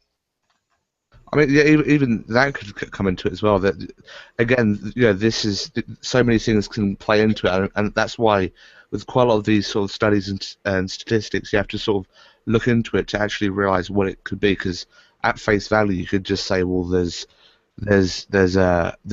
just differences in IQ or intellect or whatever. But when you actually sort of look into it, it might not just be exclusively to do with race, but no, I do think there are differences, however minute they may be. But culture does play into it a lot. Like, yeah. There's nothing wrong with saying that people are different. Oh, of course. We're all different, and we all have our own strengths and weaknesses, and however we were born has a play into that. Well, I mean, yeah, quite a lot of people argue that it's only skin deep, right? There's no such thing as race. It's just merely a just different. It's just only skin deep. There's not actually different races or anything like that. It's a sort of a social construct, or it's more of a something that we've kind of invented rather than actually being an actual thing. So I look at humans kind of like I look at dogs. There's many different types of dogs, and there's many different types of humans, and we're all the same, and it's not really a big deal. But it surely seems to me that Asians are are the higher educated out of our universities? Because if I go to any major university, I just see Asians by the dozens. They're the ones taking advantage of higher education in America. Go ahead, Kiz. Cultural. It's cultural. Yes. Yeah, I mean, I don't know whether it's solely cultural. I'd say there's several benefactors, but I do think, again, culture plays a big factor into it. I mean, yeah, if you look at the sort of the work ethic, it's very, very different, you know. Okay, so America's work ethic sucks. Is that how come our manufacturing base went away? Well, I mean, if you look at the parents, they're kind of like their kids. I mean, it's even sort of a stereotype now, even, or not really a stereotype, but you can see that parents are not just. I don't know whether it's necessarily Chinese or maybe Oriental, or I don't know, but the parents are much more sort of pushy and it's not really about we can see. I'll try and find some statistics here, but we can see that it's because the parents are much more sort of pushy and do your homework and stuff like that, and they have to, don't come out of your room until you become a doctor, and stuff like that. So it is a lot to do with culture. I mean, when I was in New York, and you see the influx, the immigration of Chinese, and what I observed is, and from speaking to a couple of co-workers as well, is, there is that, pressure from the parents to excel. The other thing I noticed as the immigrants came in, like the families very tight knit, and many would live in a home. Right. Americans here, you want to move out right away, be independent. They stuck together, saved their money until you stay home until you could buy your own home. Right. And then that whole thing. Also, I'd see 1 or 2 o'clock in the morning. Who was out collecting cans to get those every nickel and dime? The Chinese. Right. I've seen that here, even in my own neighborhood. Mm-hmm. Work ethic is very high. Yep. Okay, well, let me ask you this. Just trying to get back to the gender binary. Kiz, are you there? Does the gender binary play into work ethic? Do women have less of a work ethic than men, or are they equal? I wouldn't say that goes into work ethics. It goes into character, individual character. Into character. Yeah. What do you think, Jared? I gave him 2 chances. Pyong, are you there? Yeah. Okay. What happened? I believe that our colleges are infested with immigrants. Oh, really? Why can't Americans get a fair chance, get government subsidies to go to college? Oh, they do. Oh, they do? Yeah, fuck yeah, they do. On the whole, most Americans can't go to American colleges. What? Up to Who ears in said their that? fucking student loan debt. Next time you see the guy that told you that, Bunto, you punch him right in the fucking face. But the thing, okay, so I have to go into debt to get an American education. You got to go into debt, but you can get it. But I can get it. Yeah.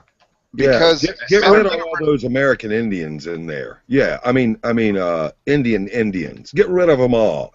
Discriminate against all. Go ahead and wipe the sperm off your cam so I can see your face, Tommy. Hey, fuck you. Save your message for the Almighty for another time, Tommy. Fuck you. I like my sperm, asshole. That's the Holy Spirit right there. Well, hey, fuck you, too. Not all enamored to the tank. Say hi to God for me, okay? Fuck you, double. Oh, my God. No, it's St. Tommy. I am not God. It's St. Tommy. Grow a brain. Oh, I had a... But you're a saint, so you have like direct line with God, right? No, I don't have his cell phone number. Okay, get over it. I'm not saying you have a cell phone number. I'm just saying you have like a direct connection with him. I just think it was hypocritical of him to be railing against immigrants when he said the Civil Rights Act of 1964 was the most important legislation. Tommy, I'm only asking the questions, bringing up the other end of the argument. Am I allowed now to listen to me. If you get your panties in a wad at my hangout, go to Nadia's. You're welcome to go there anytime. It's too late. There already are. That's too late. Sorry, that's my fault. Okay. No, I was only bringing up the other end of the argument for the benefit of our audience. Sure. Some people do believe that Americans don't have enough opportunity to go to American colleges, and I was just offering to our participants, is that true or not? No, anybody who can get into college and can fill out a FAFSA form can basically get student aid unless you have like committed a drug crime or some other things that would prevent you from getting it. But yeah, I mean, federal student aid, and as a matter of fact, if Jeff Keller were here, he would tell you that the availability of federal student loans is a bad thing and leads to price increases and that sort of thing. And I might be inclined to agree with him. Do grades matter? What's that? Do grades matter? Well, they would matter in with regard to what program you would be accepted to or what college you'd go into. Or Hi, even Tommy. just job. Yeah. Bye. Thank you. Oh, Tommy, you want to offer something? You think about. Well, anyway, I do believe that the finer colleges in America are not open towards the majority of Americans. They're exclusive to either immigrants or people that can't afford to go to them. Am I wrong? Yeah, I don't know. I don't think that's right. I mean, You don't think so? The only I did see in my experience, I did see one situation where the graduate program was chock full of Chinese students. It was an engineering program, and I had it was with Purdue, and Right. I went back. Yeah, I went back to speak with a professor that I had that I really liked, and I was going to tell her students about patents, you know, and I went in there, and she is from China, okay, and what she had done was she had brought over a lot of Chinese students, and Okay. I think she may have had her finger in the pie somehow, to be totally honest with you, because that's just kind of the way she was. You know what I mean? She always had some deal going. But other than that, no, I haven't seen a lot of Asian students dominating positions in American universities. Really? Okay, so you'd say like the majority of, let's say, African Americans go to college for an education to go there to play sports. I have no idea. I thought we I were say to talking go about there to play Asian people. sports. Well, I mean, what we're trying to establish is the fact that Well, what do the you mean by Americans have- immigrants, Bunto? well, anybody from outside of America can come into an American college, right? Legal immigrants? Illegal Yes, immigrants? legal. That's a good point that you bring up, but I'm just speaking immigration on the whole. People that are not born in America or naturalized can come to American universities and take the place of people that should aspire to go to college. See what I'm trying to say? Like, I believe that the majority of American youth do not aspire to go to college. Am I wrong? I can't speak for the majority of American youth. I would still think that the majority of the American middle class would like to go to college. Even if they can't afford it, I do believe that everyone does have a need to further their education, regardless of the system. Nowadays, do more youth go into the military or do they go to college? I have no idea. Probably college. Of course, college, yeah. I don't know the numbers. But I'm I think sure the stats college. are out there that more women are going to college than men are in the United States. Which is fantastic. Jared, third time's a charm. Want to jump Yes, in? hi, hello. J-Dog. All right, Green. Thank you, Frank. Great, Yeah. hey Frank. I have no idea who that is. Hey, how you doing? Doing okay. How you doing? You doing good? It's the second Jared, time, dude. please. Haven't seen you in a couple of Hello. days. What do you smoke like a We're talking about freaking college. tar? That's Frank. how you sound. That's how you sounded when you came in here, Frank. How you doing? I have a sore throat Okay. and a stomach ache, so I'm not feeling too hot. Jared, I have just to be start quiet. talking. I know, please, Jared, just start talking. I'm mesmerized by Frank. say? Am I? Anything you want to speak about higher education, anything that crosses your mind No. about Higher American higher education, please jump in there. Anything that crosses my mind about American higher education. One thing I will say about Frank, please. just in terms of like Asians and work ethic, that I heard you guys talking about that a Go lot. ahead. There's definitely a certain expectation from parents that because I have a lot of. I went to a college in a county that had a very large Asian population, so a lot of my friends wound up being Korean and Chinese, etc. And I know several of them where they have the very pushy parents, but it is definitely an individual thing, because I've known several of them to be not that they failed classes, but kind of failures as that sort of typical higher level Asian student, because they were expected to be doctors and lawyers and so on and so forth, et cetera, et cetera. And like, it was actually a girl I knew was, she was expected to go into pharmacy, and it destroyed her GPA. Oh, how sad. Yeah, that's what I should have done, pharmacy.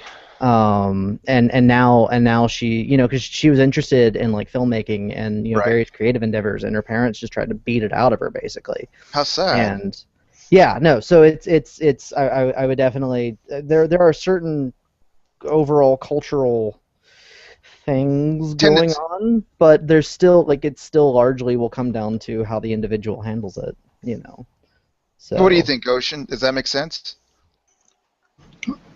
Does what make sense? That they're equal, that they're all, it's a myth of Asian superiority as far as intellect in college. There's definitely a lot of social pressure. I don't know. If you look at how races score on paper, I think Asians do exceptionally well. Okay. So I don't think there's enough data out there to really determine.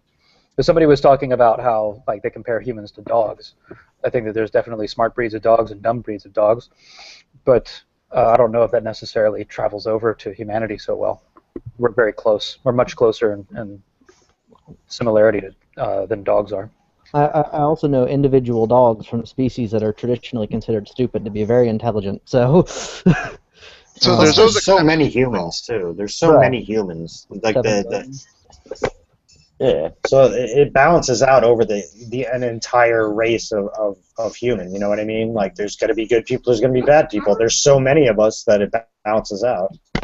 Now, the Chinese treat their people as a culture, right? China, they treat the Chinese as a culture. Should America start, we always love the heterogeneous society. Should we start, chanting USA, USA and just thinking about ourselves?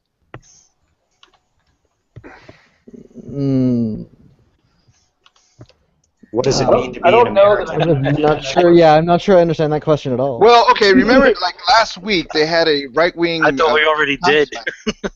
Right-wing congressman, he called somebody out in the crowd and says, "You're a deportable," right? So there was a bit of nativism there.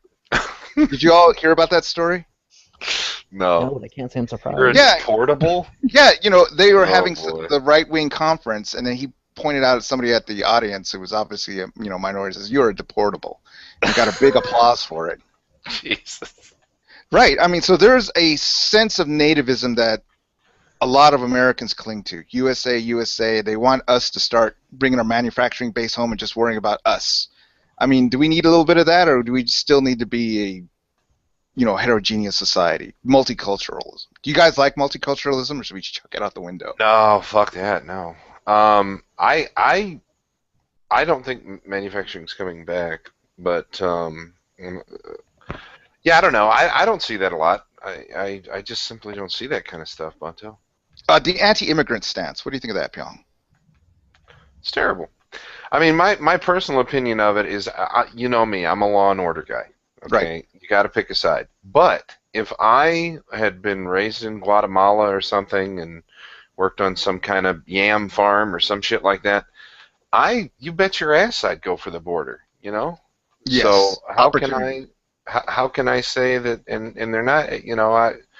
I myself have known individuals who were first. I had a very good friend who was a first-generation American citizen, and his parents were very open about it. They were illegal immigrants. They were from Jalisco, and they came here because they wanted a better life. They didn't come here to commit crimes, and they lived a wonderful life, and they were productive members of society.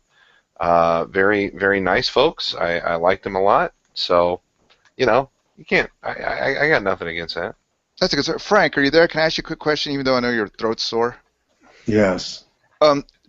Do first-year immigrants have a sense of equality in the American society, or do they always feel secondary? Not on the same level of as equal as an American citizen, let's say. Just mentally. I concur. Yeah, definitely. They're in a strange place that speak a different language. Not only that, they're kids that are growing up here. It's, I'm first generation born, so definitely I know how it is. They're not treated the same way. It seems to me that they're trying to prove that they're worth in our society, and we notice that. They run our Pickwick stores and so forth. Do you ever get that sense that they're trying to prove their worth in our society? Not all. I think they're just trying to make a living and survive and have a better life for their kids. Yeah. Would you? Okay. Let me ask you this, Green. Would you say they're prouder to be Americans than native-born Americans? Newly naturalized immigrant? In the surface, trying to assimilate, I'm sure. And I'm not talking about all cultures, but it's just something that they do that for to just assimilate and hence have a better life here. So it all depends on the culture too, where they're coming from and how they came here. So it's I can't just paint a general brush. You can't just give us a general on the first-year American citizen. Not really. How are they different than somebody who's native-born? Yeah, I don't know. It varies, man. Yeah, I know people who are native-born, but they're like first or second generation, like daughters, granddaughters of immigrants who do not necessarily consider themselves American. They consider themselves from the culture that they're originally from, and they choose not to identify as American. Okay, they consider themselves still Korean even though they were born here? Yes, I know at least one person who it's like, yes, I am technically American due to my citizenship, but I consider myself Korean. Oh. So, and I think I think that's, in a way, I think that's kind of neat about being American, is that there is a certain amount of choice to it. Obviously there's a legal... Well, let me ask you this, Jared. Would you ever suspect their allegiance if somebody told you that? No. No, I would not.